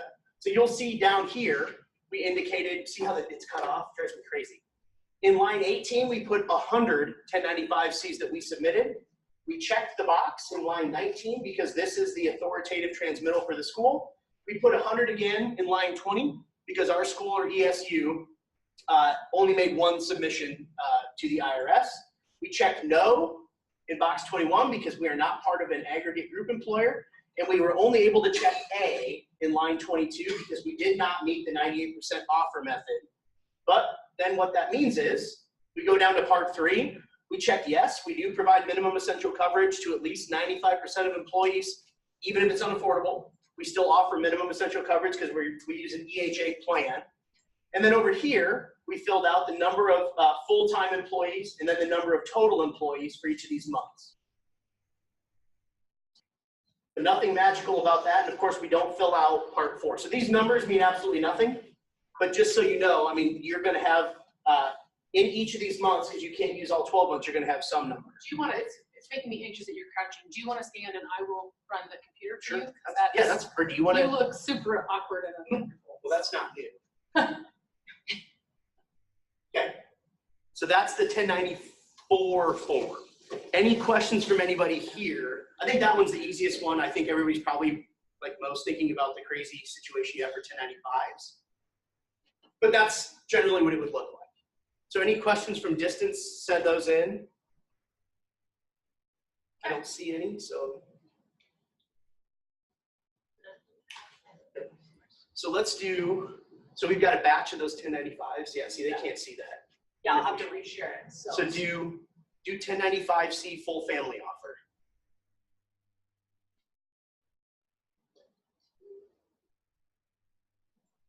Stop share and share again. We send the samples on the links. Yes, oh yes, so Yeah. all of these samples will go out with the recording and all of these materials again. So there will just be one place that you go to get all this stuff. So Sherry already should have sent everybody the link to some of the initial materials, but we'll send out all of that stuff again, some in duplicate. But you'll have it all. You'll end up having 2 links to the same home for all this stuff because we'll add the recording and the survey. Okay, so now we're on to the 1095s. We're filling this out for individual staff members again. So here, because it cuts off the text, if you look in line 3, this is a full family offer of insurance. We put it that way so as to talk about it how you all talk about it, but really what this means is this is probably a teacher or an administrator that we offered. We will pay for full family or whatever you want to enroll. The district will pay the premium for that. And let's assume that that person enrolled, right? And this is a superintendent or a teacher that was there all 12 months of the year. They are getting a 1A qualifying offer all 12 months, and they are 2C in line 16 because they enrolled. There is nothing in line 15. So that's simple. That's going to be a majority, I think, probably of the forms that you're going to fill out for this purpose is going to look just like this if they took your insurance. Delete 2C real quick. Well, actually don't. If they didn't take the insurance, the only difference in this form, it would say full family declined enrollment. It would just be 1A in this box and nothing in 15 and 16. I think that's probably the 2 most common forms that you're going to have, right? Is a 1A offer, and then whether 2C is checked in line 16 is just a matter of whether they took the insurance, whether they enrolled or not. The most common question I got after this webinar last year when people started doing their forms is, it's really weird because I read a bunch of forms and it just has like this tiny, all that drama, and all I did was fill out this one thing. Yep. Okay, so now if you want to stop share on this one, go to the, just go to the find. Okay, go to the full single.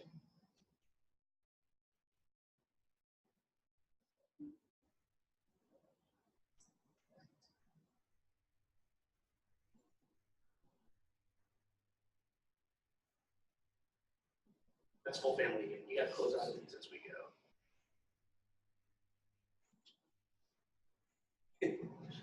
This is why I was crouching, by the way. I had this whole system in my head how to do Oh, I'm this. sorry, Bobby, you could. No, you're good. Okay. So now we'll share this one. I thought about, can we share the screen? That way anything comes up. But okay. So this is a full single offer as you define it. What that means is, of course, if they wanted to enroll their dependents, could they? Yes. Yes, right now is where you nod your head because some of you are being recorded, right?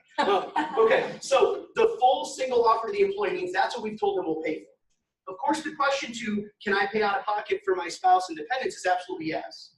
That's why it's significant, can enroll family. Because if your answer was no, we'd have to fill this out differently. But if you say to any para, you can enroll anybody you want, we're willing to pay for the full single, important takeaway is that looks exactly like the teacher's offer, right? Because what's important is how much would it have cost them to take the cheapest single that you offer. It turns out that for both the teacher and the para, they're only willing to pay the full single for. That's the same. 0 is how much they would have had to pay toward the cost of the cheapest single. So the form looks the same. And so if they take the insurance, there's 2C. If they decline the insurance, it's just 1A blank and blank again, just like we talked about with the teacher exam. Let's do Classified staff. Yeah, let's do classified staff pays half a single. Nope. I think you shared the document. You gotta stop share.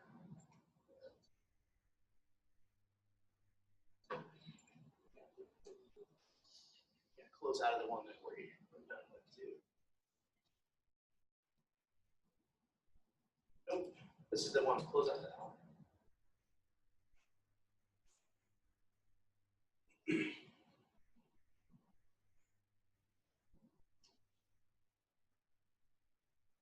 Now that closed behind it.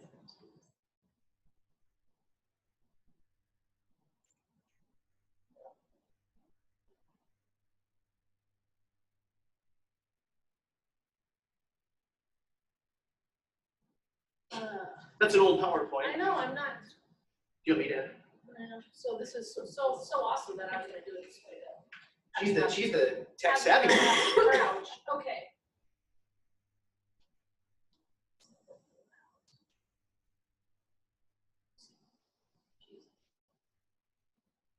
All right. Okay, so share that guy. Oh, there we go. I Got would it. say it should be shared. Okay, so this is a classified staff member where the school is offered to pay half the single, right? So whatever your percentage is, doesn't really matter. It's gonna look like this. Because half the single changed throughout the year if you wanted to report it that way. Remember, if you wanted to add all of these up and divide by 12, you could do that. We talked about that rule in line 15. But if you wanted to report it with fidelity to exactly how you have it structured, this is what it would look like. This is a 1E offer code because this number here is in line 15 is more than $96.71, right? So we can't fill out 1A for somebody who has to pay half of the single, it just costs too much. But we put 1E in each of the columns and how much it would have cost for half of the single. These are all E's. Yep, those are all E's. In January through August, you'll notice that this is the same amount, and because premiums went up, that changed in September through December. So we could have added all of these up and divided by 12 and put that amount in there. Or if you collected over 9 months for your para, you would probably have January through May. You'd have June, July, and August with zeros, and you'd have September, October, November, December with dollar amounts in them if you collect over 9 months. You could do it that way. That's totally fine. Or you could, again, add all those up and put the same amount in all 12 months of 2018. So that's a lot of ways to do this correctly, now that they allow you to add the total premiums paid by the employee and divide by 12. Either way, this person took the insurance. So maybe it's a single person. The best offer that they got was from us. So they've got 2C in all 12 months. But we had to, again, code it that way because we couldn't, so I should say this. I think if you wanted, you could code this as 1E and this as 2C in all 12 months as well. But I think either way is appropriate because the IRS has said if you change any of them, you should code all 12 months. But that's how we code a half of a single. Any questions about that? So again, just thinking about like the global structure of this form, can this employee subject us to penalties? No, because they took the insurance. Okay. The only way they can subject us to penalties, so people get all kinds of like anxiety because, oh my gosh, 287 is more than the minimum amount we can charge. If they took the insurance, good news, that person cannot cost us any more than there are. Because they're not going to healthcare.gov to get their insurance. They got it from us. Okay. Let's do the new teacher. We'll have a you call it here. We've got 12 minutes, so we've only got 1 or 2 more. I have to Okay. reshare? Qualifying offer to a new teacher who starts in August. So this is, we offer full family to our staff through negotiated agreement. We hired this teacher, signs a contract in March because we had a retirement. That person's going to start in August. So what you will see is January through July, that teacher is 1H and 2A because they're not employed by us. 1H, they didn't get an offer. Why? 2A, they're not employed. Nothing in line 15 because you don't have to fill it out if you use 1H. August is different. That's still 1H because that person cannot roll in our insurance, even though we've technically told them, yeah, you can start in September. 2D is what we're putting in line 16. They're in the wait period. They're in the window to enroll for EHA. But then in September, all the way through December, when they actually enroll in our offer, it's 1A and 2C. So this would be the same for any person that starts in August, really, where they can't start insurance until September. on the EHA plan. So whether that's a para, custodian, a kitchen staff member, anybody else, because we put 2D over code 2B, which says they weren't full-time. So even if you have to hire somebody in August that only works a week, I would still put 1H and 2D for that person. And then depending on what the actual offer to them was, that's going to dictate how you code September through December. Question? This exact, if you have a sub, the same way she subbed over 130 hours February and April. You 2B in those, or leave them blank, Yes. and then she was hired as a full-time teacher then in August. Yes, let's do that one in just a second, but that's exactly right. Yep. So if you have somebody who was subbing for you, moved in, somebody that was subbing didn't work full-time for you, but they subbed the last half of last year. And then, oh, this is awesome, somebody with a certificate moved in, let's hire them. And we did that in August. That person is still probably 1H all the way through August, because as a sub, they didn't get an offer. If they did a full-time subbing down here, it could be that line 16 is blank for one of those months, right? But if that person subbed January through May, they probably get a 2B in these columns because they weren't full-time. So this would be like a teacher and their spouse relocate to your community in December. And then in January, we find out that this person exists and have them start subbing. That's exactly how you fill that out. But then once you hired them on full-time, it would look like this in August through December, assuming they took your offer. September. Sure, but August is going to be 2D, not 2C, Oh, I see what you're saying, yeah, not 2A. yes, yes. Okay. Teacher resigns at. Oh, there we go. Teacher resigns at the end of the contract year.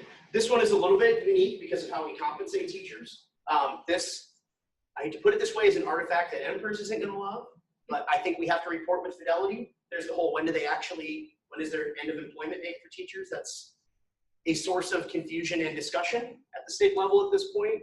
But suffice it to say, if we've got a staff member, longtime staff member says, good news, everybody. I'm able to announce my retirement. I've long passed the rule of 85. Everything goes smoothly.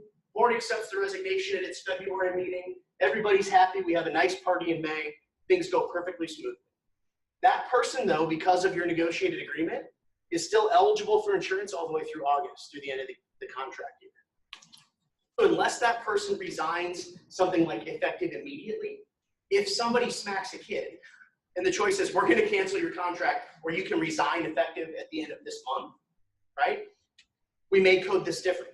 So if everything goes perfectly how it's supposed to for a retirement, I think what you're going to have is 1A, 2C, assuming that person took the coverage all the way through August when they switch to 1H and 2A not employed by us. One small caveat to put in here. If somebody stops mid-year for any reason, typically speaking, they've worked more of their contract days than we've paid them for, right? If somebody retires at the end of December, we've only paid them September, October, November, December pay and benefits. That person could well be entitled, and probably is entitled if you ask the NSEA, to pay and benefits through at least February. But that person is resigned and the board doesn't consider them an employee any longer, right? Does everybody follow me on this? In other words, we're always paying in arrears because we pay over the summer. One thing, oh, go ahead.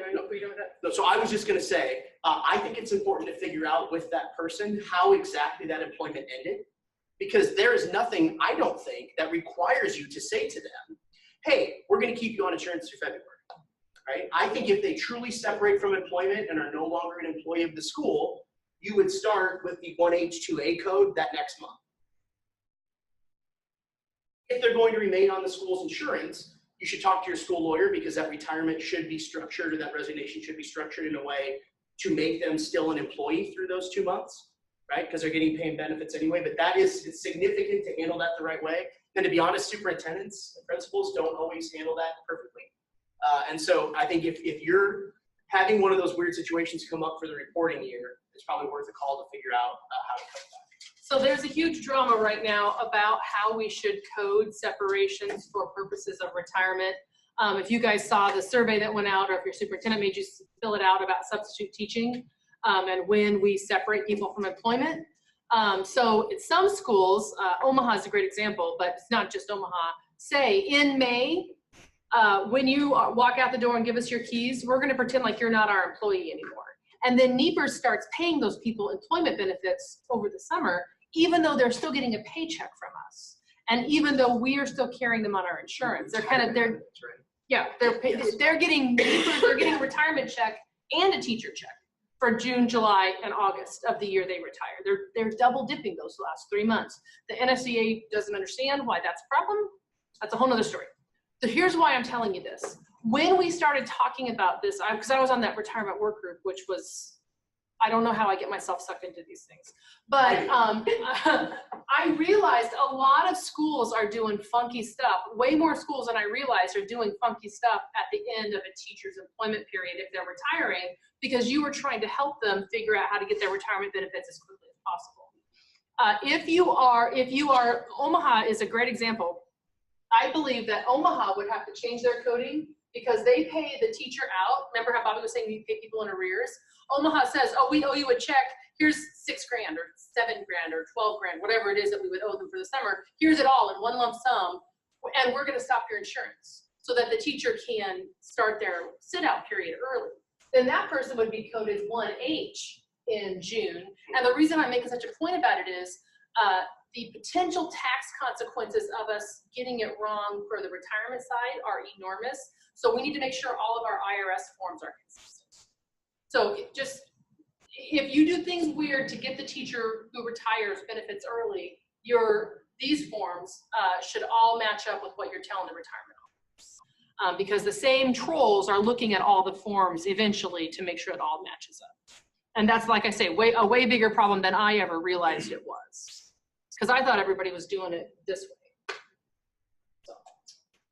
So I think that's it for all of the pre-filled forms that we have. That's it for all of the new content. We're happy to do, and if you go to over here, to get the 1095, let's see. That's 4, hit 1095. Yeah, oh, there it is. Okay, do you want to do a choose your adventure? So anybody that's out there, if you want to sign off, that's fine. We'll continue to record this. So if anybody here has to leave, you can catch this later too. But we're happy to do, if you have specific questions. Can we get an attestation form template? Yes.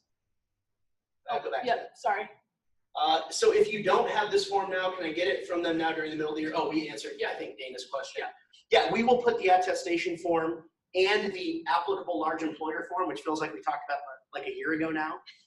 We'll put both of those. We'll put both of those on the link that Sherry sends out afterwards with all of this stuff and the survey and all that. A teacher that retires in May but still receives a check through August really isn't double dipping because they're getting paid over 12 months for work they already completed, right? But to get a retirement check, you're telling the retirement office, I have severed my employment relationship with the school district. If you're still getting a paycheck and you're still getting insurance, Karen doesn't see how you're not still an employee. But what this person is articulating here is what the union's reading of it. And that's exactly one of the reasons that retirement work group is kind of ground to a halt, because we're going to ask the feds for more guidance. Can 1A only be used if the employee cost is less than $96.71? Yes. Yes. That's exactly right. That's right. If you ever have something in line 15 and 1A, you've done it wrong. Because if you can use 1A, you don't have to fill out line 15. But if you put 1E in line 14, because they had to pay something, and you're going through and you realize in any one of those months that amount you put in there is less than $96.71, you could even change that just that month to 1A, right? So if you collect over 9 months for your staff, we had this question earlier. What if we asked staff to pay $120 a month over 9 months? If you add all that together and divide by 12, right, you end up more than $96.71.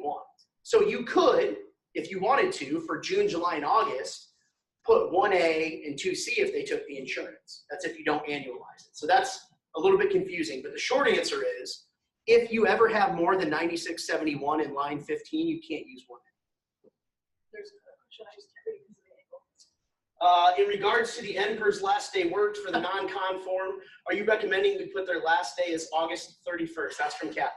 No, they say the last day work. It says on that. Put the last day work as the last day they rendered service. This is exactly the issue that we're trying to get our arms around. But understand that putting the last day worked in May, that makes this form, so if you put the last day worked as May, let me get this minimized here. Then out of one side of your mouth, you're telling the government, he left on May 15th and we never saw him again. And then here, you're saying they're a full-time employee for those 3 months over the summer and they got benefits. Remember we told you that the government doesn't care what your negotiated agreement says? They say use the common law definition of employee. Like, those two things have to be. If I say in May, if I say, I'm gonna go stay home and raise my kids, I'm not coming back next year, you would object to my application for unemployment in June, July, and August, right? Because you'd say, you don't need unemployment, you're still getting a paycheck. You can file for unemployment in September. I believe that we're gonna have to unwind the NEPR's mess. So I understand why you're filling out the forms to the retirement system the way you are, but just be aware now we're filing and the retirement system turns around and files all that stuff with the federal government to qualify their plan. So we're filling out inconsistent federal tax forms the way we're doing it right now. Now, I'm not saying to change it, I'm just saying be aware. And if you're, like I say, a few schools have it in their negotiated agreement that they're gonna prepay. And if you're doing that, then 100%, you want to change the way you're filling out the summer months for those things. I know, it all like is like this big like web of stuff that you think wouldn't touch each other, but it all does. I didn't think we were gonna talk about retirement when I was talking about we were gonna do Obamacare. Okay. We were. Any other questions from anybody who's still out there or anybody in here? Text them or shoot them into the chat. I was gonna say, or do you want to do a choose your own adventure? Do you want to call Or is out? everybody sufficiently ready to go? That's fine too. I have a really specific question. Okay. I don't know if you want me to- Oh, We have that, you're aware, we have that employee who extended their maternity leave. Who extended that contract. Hypothetically, there is an Right, employee who right. extended their maternity. So we paid them because we don't ever adjust their salary until after they come back. Well, so she's not coming back, so we overpaid her. So we paid her for September, October, November, and December. Her FMLA ended in November, so she owes us salaries back because she only worked 10 days and had 13 sick days before she had her baby. So I'm sitting here looking at this going, how the heck am I gonna fill that form out? Because we've extended her contract, she's still contracted, but she's gonna pay us back those salaries over the next 2 years.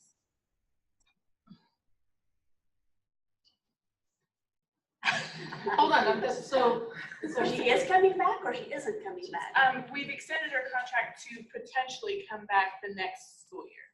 We don't know yet. She's it doesn't going- matter. So you're gonna fill out the amount that the employee, so starting hypothetically, where are we in the school year? So starting, We paid her Here. September, October, November, and December.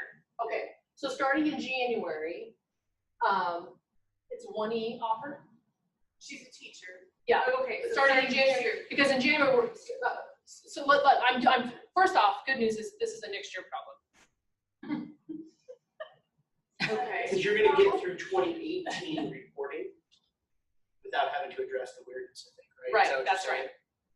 She's technically still a So contracted she's still, employee all the way through December, the year. that's what I was trying to, that's my brain was what it's about to find out. So the good news is if she had qualifying leave through, hypothetically, this person about whom I know nothing, so December, you're through the problem in 2018. She only had qualified leave until November for her FMLA until we extended her contract in December 10th. Right. So does that still? But she's not reimbursing you for December insurance. Right. And you paid the premium Right. December 1st, like you wanted to. I would code that as 1A2C. 1A2C. But next year, in January of 2019, it's gonna be 1E. Okay. And it's gonna be whatever the premium amount is that she's gonna have to repay you for. So whatever her monthly premium amount is. Right. And then 2C, For single, but Yes, Right. just the single. Just one. a single. single, okay. And then- the cheapest single. Do you guys have a Right. little option? Yep. So it's So- not actually gonna be her real. Yeah, it's gonna be the cheap, yeah, the Cheapest single. Probably the Okay. full premium cost of the cheapest single, right? If that is Yes. gonna pay the full Monty, yeah. And then 2C, because she's gonna keep taking the insurance. And then you're not gonna worry about the fact that you're recouping this over time. Okay. Does that make sense? And a little known provision of the FMLA, if she doesn't come back, you can sue for your premiums, so. Unless you have a agreement that you've ginned up to have consideration for all this to have happen by a really good but very creative attorney. Like I So then when said, she, call Karen if you so want. she comes back in August, like she's planning to, then I would go back to. It's 1A, 2C. 1A, 2C. And the Question. fact that you're docking her paycheck for those old premiums, that doesn't appear here because you're not charging her for her insurance for those months. But to me, this illustrates the point of what would it cost them in that month Right. to get the cheapest single? Regardless of how many funky parameters we have around it. Right. The IRS wants to know what would it cost for that person to take the cheapest single in that month? Regardless of how creative your attorney is. When they call and say, Karen, is there a way? And I sleep on it. I know. It's dangerous. Or when she says, let me pray about it, what that means is, hell yeah, I'm gonna do it. And then You gotta ask for superintendent forgiveness calls you in his office and he says, this wasn't my idea. Really? This is idea? Okay, well, I don't see any other requests or questions coming in. Again, we will be prepared I'm gonna for- chop up this video hopefully this afternoon. I wanna get these posted ASAP because I know you might wanna go back and listen to things next week while you're filling forms out.